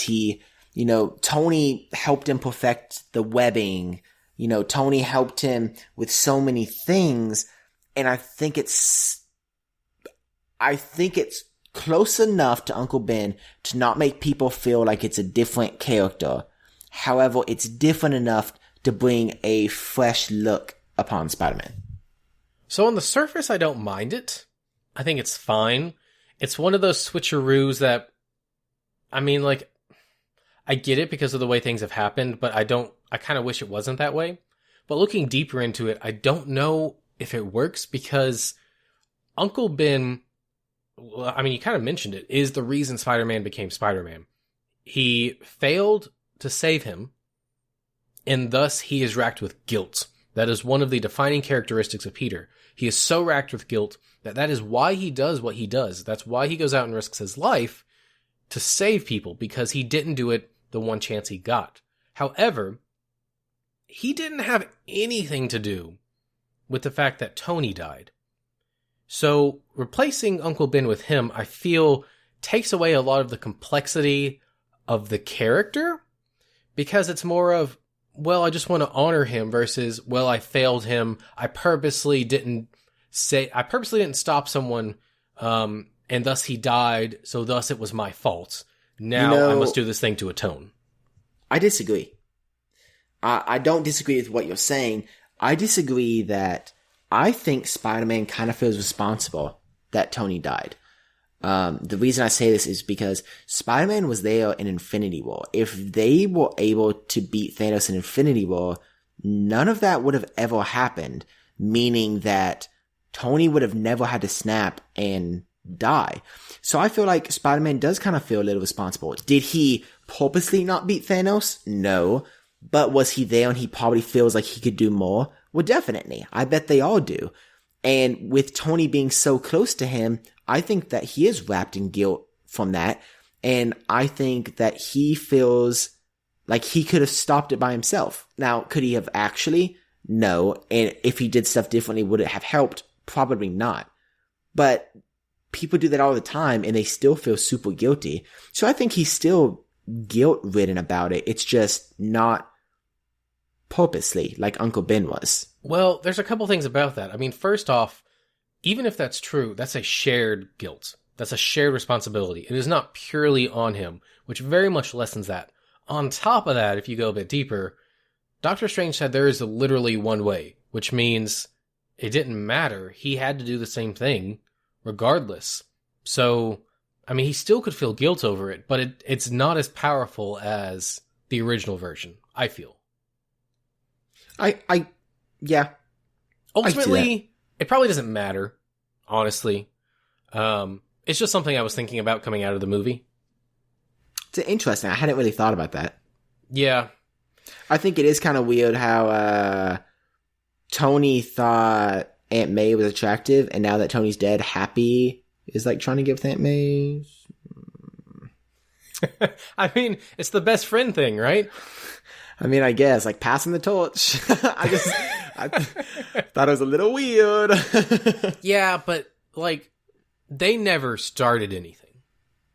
True. And it was more of Tony having a crush on her. And it's very funny because you don't really know what's going on between them because Happy thinks they're in a relationship and Aunt May doesn't. And that's hilarious. Yeah, it's pretty funny. All right. Back at the end of the movie, final post-credit scene. We are shocked to find out that the Nick Fury and Maria Hill that we've been following the entire movie is not them at all. They're in fact Skrulls. Not just any Skrulls. They're the Skrulls from Captain Marvel, Talos, and his wife. Now, of course, when this first happened, I thought, Secret Invasion. And then, as soon as they started talking, I thought, oh no, that can't be it. Yeah. Which, of course, it's not, as it's revealed that Nick Fury is up in space on some kind of ship. Is it a Skrull ship? I'm not sure, but there's certainly a whole lot of Skrulls around. And my interpretation is that Nick Fury is up in space starting Sword.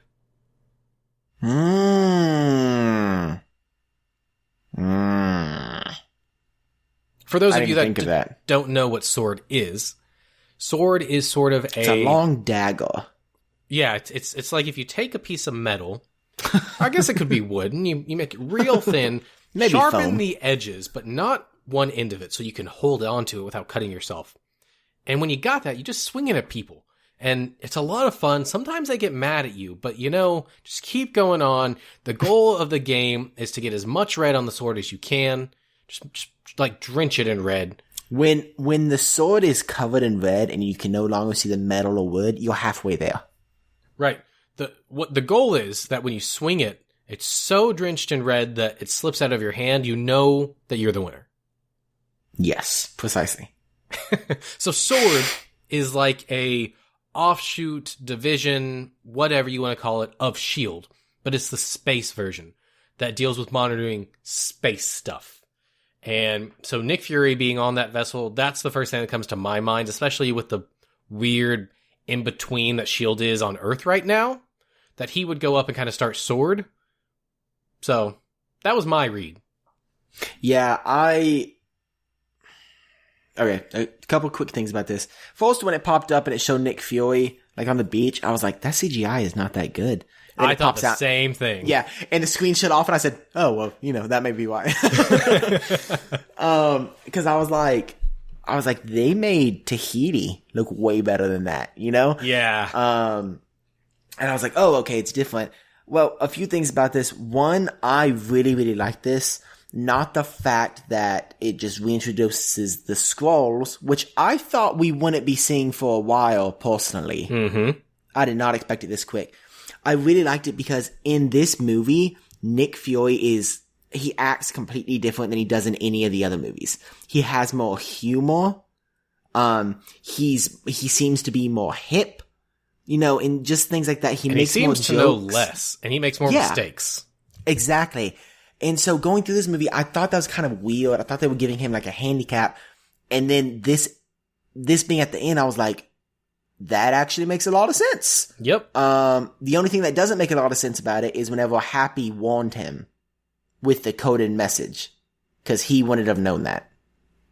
That's not a pre-done message. That's something he made up. But Nick Fury still wouldn't have. I mean, the real Nick Fury would have known that story and stuff, but the Skrull wouldn't have gotten it. It wasn't the fact that it was a story. It was the fact that he said things aren't always as they seem. I suppose.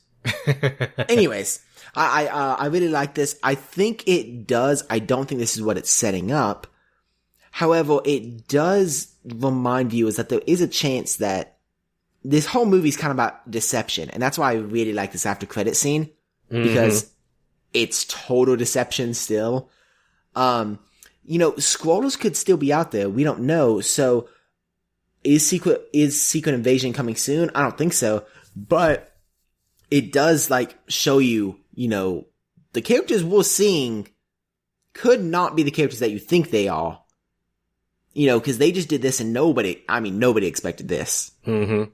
Totally agree. Yeah. I think it's super cool. I think Sword is if he's setting up Sword, it's really, really smart after bringing in Captain Marvel. Mm-hmm. I think that's the perfect next step, especially if the next phase is more cosmic. I think it's perfect. Yeah, there was a line in the movie that I kind of missed watching it. But later reading, I believe he says, walking out of a meeting, that there are, Kree sleeper cells on Earth. So that could potentially be something that leads into Secret Invasion. Oh, I didn't hear that. Yeah, it was when he was walking out of the meeting, that he had to go have with wherever it was with the higher up people. He walks out with Maria Hill and he says, and I thought the fact that blah, blah, blah, blah was a top secret thing. Interesting. Yep. Well, Jacob, the very last thing that we need to do for this movie, which I had not done previously, so I've got to think about it, is stick it in our MCU rankings. Oh, no! Let me get my list. So this is the 23rd, I believe, 23rd Marvel MCU movie, assuming that I am not missing any in my list, which I'm about to check. It is the 23rd film. Yes, it is the 23rd film in the MCU. That's a new poster. I haven't seen that one. So, where do I put this in my list? If you'll think back with me, my top 10 after Endgame, starting with number 1, were Infinity War, Winter Soldier, Black Panther, Civil War, Guardians 2, Guardians 1, Avengers, Homecoming, Endgame, and then the original Iron Man. Where am I sitting with this movie? I really love this movie. If you couldn't tell, this was a fantastic movie. Is this the best Spider-Man movie? I am not sure. The only one that rivals it is Into the Spider-Verse. I would have to sit down and watch both of those together to decide. And even then, I'm not sure if I could, because they're two completely different things. They have different limitations on them, one being animation. So I don't know. But this one is fantastic. Is it better than Homecoming? Yes, I certainly think so. Is it better than Avengers? Yes, I certainly think so. It's getting really high up there. I mean, is it better than Guardians and Guardians 2? I mean, I didn't walk out of those movies saying, I really want to see the next one. So I think it is. And that puts it between Infinity War, Winter Soldier, Black Panther, and Civil War. I'm just not sure. I think this movie's a lot tighter than Civil War. At least it's got a more central through-line story. Is it better than Black Panther? I don't know. I mean, I think they're pretty close between which one is better, this one or Black Panther. But when I go to the one above it, Winter Soldier, I do love that movie, but I think for now, at least, I enjoyed this more. The real question comes down to, is it better than Infinity War? And that is a question I will probably never really be able to answer, because they are so completely two different movies. Infinity War had to wrap up 10 years worth of storytelling. This movie had to follow up on like 3 movies. They're a bit of two different beasts. I would much rather rewatch this movie than Infinity War. I'll say that. But is it better? Hard to say. I think for right now specifically, I am going to put it above Infinity War, because as a standalone movie, I think it works much better. Is it as much of an achievement as Infinity War? No. But if I'm going to sit down and choose which ones to rewatch, I'm probably going to watch this one faster than I would rewatch Infinity War, because this one's more fun. It doesn't have the baggage. It's easier to get into. So, what does that put my list at?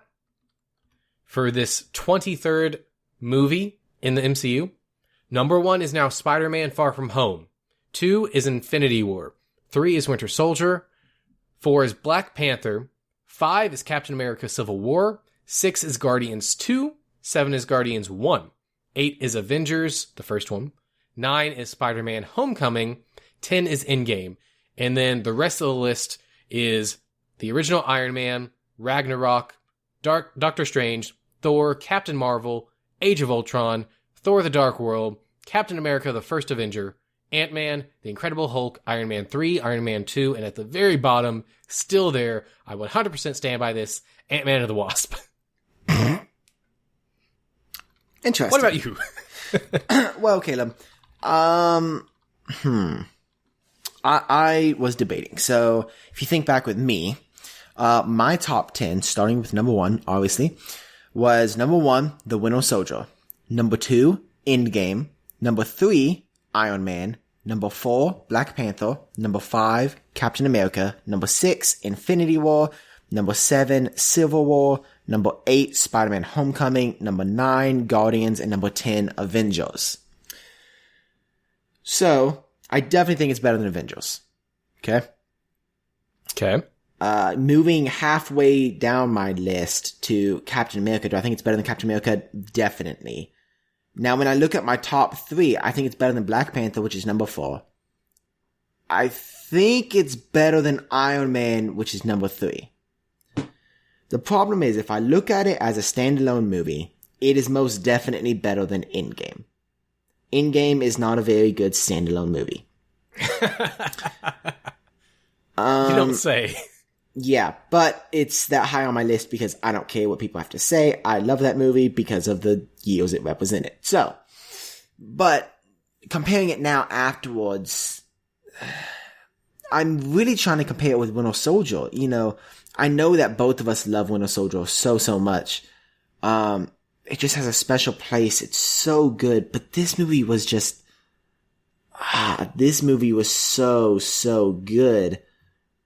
And it's hard because years after Winter Soldier, I would still watch Winter Soldier. But I've only seen Far From Home, you know, not even a week ago. So obviously I'd want to watch it again. Right. And they're just so different. However, surprisingly, I still think Winter Soldier is a better movie. That's fair. Which surprises me. I love this movie. I mean, they're right there neck and neck. You know, if I had to pick, if both of them were hanging off a cliff, you know, and I was holding on to them, I'm going over the cliff with them because I couldn't decide. So, you know, it's not that much better, I don't think, but I think it does have a slight edge. All right. Well, I mean, here's the thing. Winter Soldier is really good. I think I personally lean towards this one a bit more because it's more comic booky. See, and that's my problem. I love the storyline in Winter Soldier, though. I think it's so good. The cinematography, the action, just everything about that movie is so good. And the only reason I put Far From Home a little bit below that, the only reason is I think that Winter Soldier had more of a range of emotions within it. Really? Yes. You think so? I think even with the mourning of Tony and everything in this one? Yes. I think that because I think in Winter Soldier there's more foreboding scenes.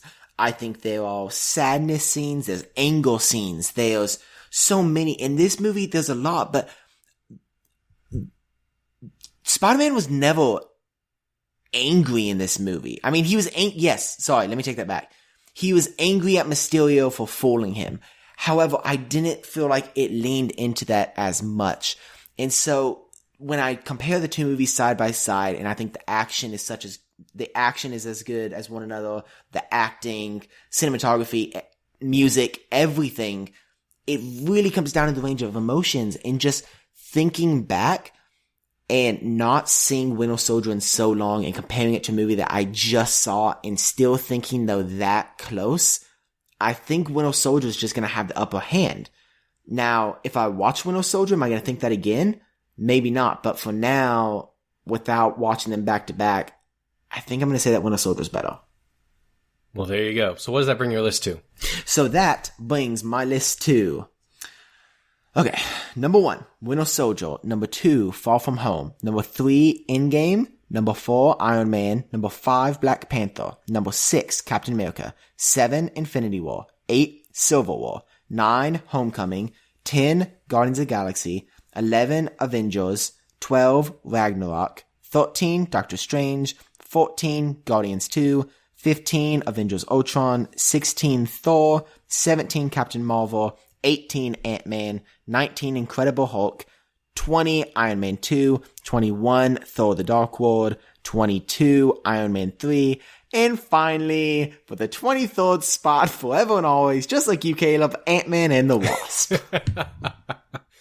Yeah, I do want to mention, you kind of tapped into, with these lists, this is a really hard list to make.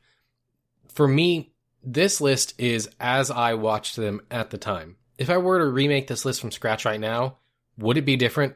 There's a good chance it would be. I can't say that it would or wouldn't, but this is a snapshot. Each time we add one of these, it's a snapshot of how we feel at the time. When we come back, that's the real test. Do we still feel that it's accurate? And, you know, previously I had Infinity War at the top. Do I feel that's still accurate? I don't know. Maybe. But it's hard to say. That's the problem with these lists. But anyway, that's that. Interesting, because that was that, and this is this. It's time for what you've been up to. What? Boom! You like that? You stole it. Did you like that? Yeah, I stole it. Get snatched.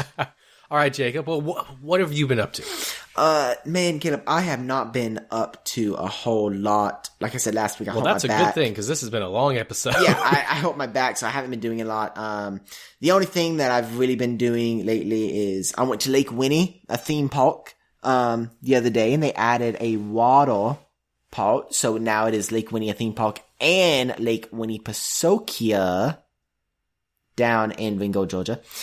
And that was fun. That's really been the only thing. The only other naughty thing I could say is, I started watching The Handmaid's Tale. Oh, Courtney loves that. Hulu. That show is incredibly good. Like, very, very good. The acting is intense. The show itself is intense. That's what I was gonna say. Highly recommend it. Again, we don't say this a lot on the show. Definitely not safe for kids. You say that every time now. I know. I feel so bad if I recommend something and then a mom's like, let's have family night. Here's where I am with this at this point. If you're dumb enough to pick something to watch with your family without looking at the rating, that's on you. I mean, that's true. But, yeah, so that, yes, very, very good. And that's basically it, which is good because it has been a long episode. Caleb, what you been up to? I've actually been up to several things. That's not good. Yeah. I'll try to go fairly quickly, although several of these I kind of wanted to talk about, so we'll see. Oh, I'm sorry. I finished Stranger Things Season 3 today. Oh, nice. Haven't even started it. Yeah, really good. I enjoyed it a lot. I talked to one of my friends. He said that it kicks up starting at episode 5, which I agree with, but he didn't like the first half. It's only 8 episodes. I did like the first half. I thought it was really good. I think it's much better than Season 2. I didn't dislike Season 2, but Season 2 had some strange creative decisions, and a lot of people didn't like it as much. I think this is a true return to form. It was very good. There is technically there's 2 after the credits scenes in the very last episode. So if you're watching it, stick around and see what happens. It's very interesting. But that was really good. I received one of my Kickstarter games that I backed last year over the weekend. And I played it tonight for the first time with Courtney. It's called Dauber's Quest for the Key. Sorry, interesting. Were you going to say something? What? Were you going to say something? No, I was just going to say I haven't heard like about that one. Yes. So this was a smaller one. I got it because it looked cool. It was a small little adventure game with some cool art. And we played it, and I think we played it a little bit wrong. Honestly, it was a bit of a slog to get through. It took us about an hour, and there was like 2 or 3 things that I wasn't quite sure on the rules. I felt like they were a little foggy, and I think we played it a little bit wrong, which I think might have leaned into why we had some issues. Also, there was a massive deck of cards, and I shuffled them, but apparently not well enough, and I think that also hindered the gameplay. I thought you were about to say you're not supposed to shuffle them. I was like, oh no. No. Didn't shuffle them well enough. So, people are just now getting them, so I think I'm going to try to find some gameplay videos and watch some other people play and see if we're doing it wrong, or if maybe we just had some bad luck, or maybe it's just because we only played with 2 people, it didn't go as well as it can. So that was a little bit of a disappointment, but I'm hoping it gets better. Okay. Interesting. I did back 2 other games that are currently on Kickstarter. The first one is called Legends of Novus, which is basically D&D Light. Takes about 9 minutes to play. It looks amazing. I should be getting that next year at some point, assuming they actually, go through with it and get it done. If you have questions about Kickstarter, please check out our Kickstarter episode where we talk about the risks and rewards of doing Kickstarter. The other one that I backed is called something that I can't remember right now. Interesting name. It's a really big game on Kickstarter right now. It is called Dwellings of Eldervale. It is also a fantasy style game, but it is a worker placement game with some other aspects in it.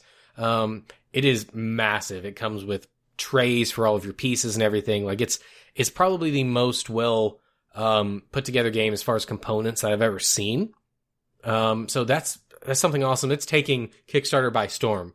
You should check that out and back it if you're into it. Again, hopefully I get that sometime next year. The other thing I did this week that was massive is I finally finished Kingdom Hearts 3. Hey!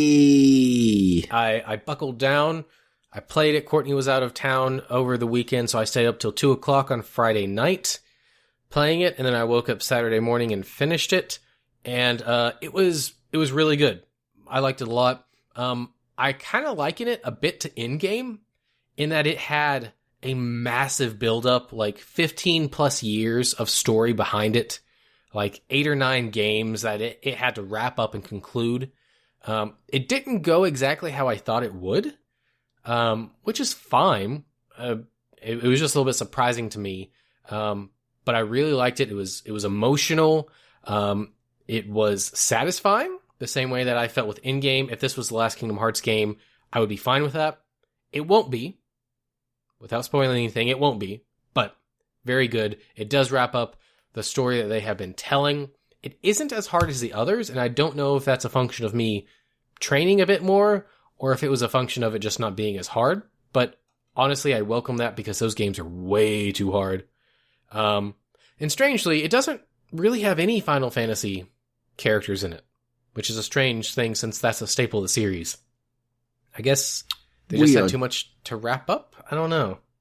But it was good. Oh, and also I have a theory, which is that they only did all the remasters of the other games so they could stick them in as flashbacks in this game. Because there are so many flashbacks, and if they just did them from the old games, they'd look really terrible. So that's why I think they did the remasters. Makes sense. I think I'm going to jump into the Witcher books here in the next few months. Ooh, you gotta let me know how that goes. I almost bought one yesterday at a store that's going out of business, but their sales weren't as good as I can get on Amazon, so I didn't, but I think I will here soon.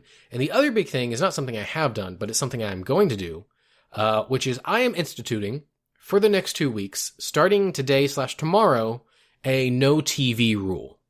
What? What I am doing is as Jacob, as you know, I enjoy a plethora of things. Oh, huge plethora. Right. And while that's awesome in variety, that sucks because I end up not doing things that I have or purchasing things that I don't have time to do or never getting around to things. And one of the main reasons is because of TV. Courtney and I love to watch TV. And so I was going to do this for a month a while back, and I've now come to my senses a bit. I'm going to start with 2 weeks. But there are some rules to this. What does this mean? This means no watching TV shows or movies. I will allot myself one episode while we are watching dinner, because that's what we do while we are watching dinner. But it cannot be longer than 40 minutes. Like, it has to be one episode of something. It can't be AGT, which is an hour and a half. Okay? Movies for this podcast are allowed, which we've only really got one in that span if we even end up doing it. So that shouldn't be a problem. I can't use any streaming services to watch stuff, which is Netflix, Hulu, stuff like that. I am allowed to use YouTube because I learn stuff from that. I use it for work, so I have to.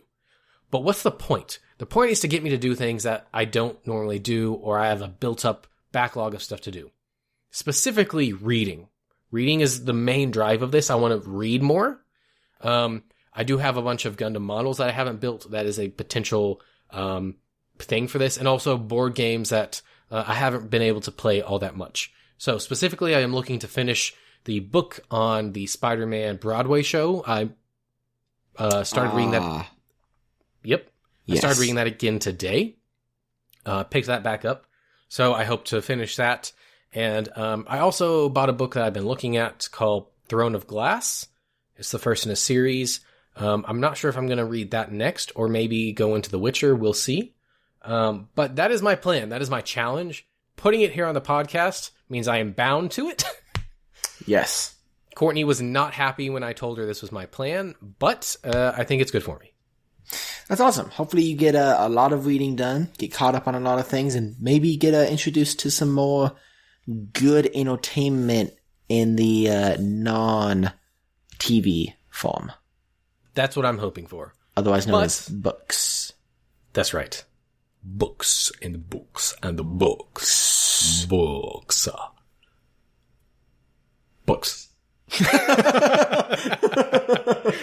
But before we go, we do want to say thank you to Taylor Poole and to you, the audience, for sticking around for such a long episode. We hope you enjoyed it. Taylor did our awesome opening and outro music. You can find him at taylorpoolemusic.com. That's taylorpoolee.com. Send him your love. And after you're done watching the music, and giving him your love, go ahead and swing. Watching the music, hey, everyone. Shh. After you're done listening to the music and giving him all your love, go ahead and swing on over to CNC Power Hour. They stream Magic the Gathering during the week. Nope. They stream Magic the Gathering on Sundays and some video games throughout the week. So go ahead and head on over. A great group of guys. And their stream is awesome. So check them out on Twitch. And when you're done getting yourself unstuck from Jacob's web of lies over here, you can swing on over to our website, causewe'renerds.com, where you can find information about all of us, including our frequent guests, now including Jacob, Courtney, and Chris from the CNC Power Hour. If you ever wondered what any of them look like, there are pictures up there. Some of them more embarrassing than others. Most of them not embarrassing at all. But some might say they are spectacular, fantastic, amazing. Jacob's is his modeling picture with the podcast mic, which I don't think actually made it into the picture, but it did. It did. Okay, well there you Slightly. go. You can find him there. Courtney is looking fine in her Wonder Woman tiara, and Chris just looks like Chris. Courtney stole my pose. I had my Wonder Woman tiara, sword, and shield ready to go. Well, then I've got questions for you. Well, not the skirt. That's only for special occasions. Anyway, check that out. All of our episodes are on there, including links to each of those episodes on each of our most popular platforms, including Stitcher, Spotify, iTunes, the whole shebang. Go check it out.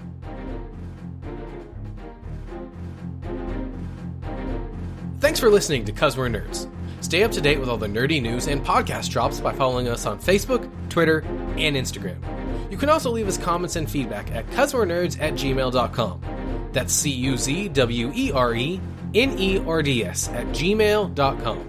And as always, if you enjoy this podcast, we would love it if you could leave us a 5-star review on iTunes. We'll see you next week, and as always, stay nerdy.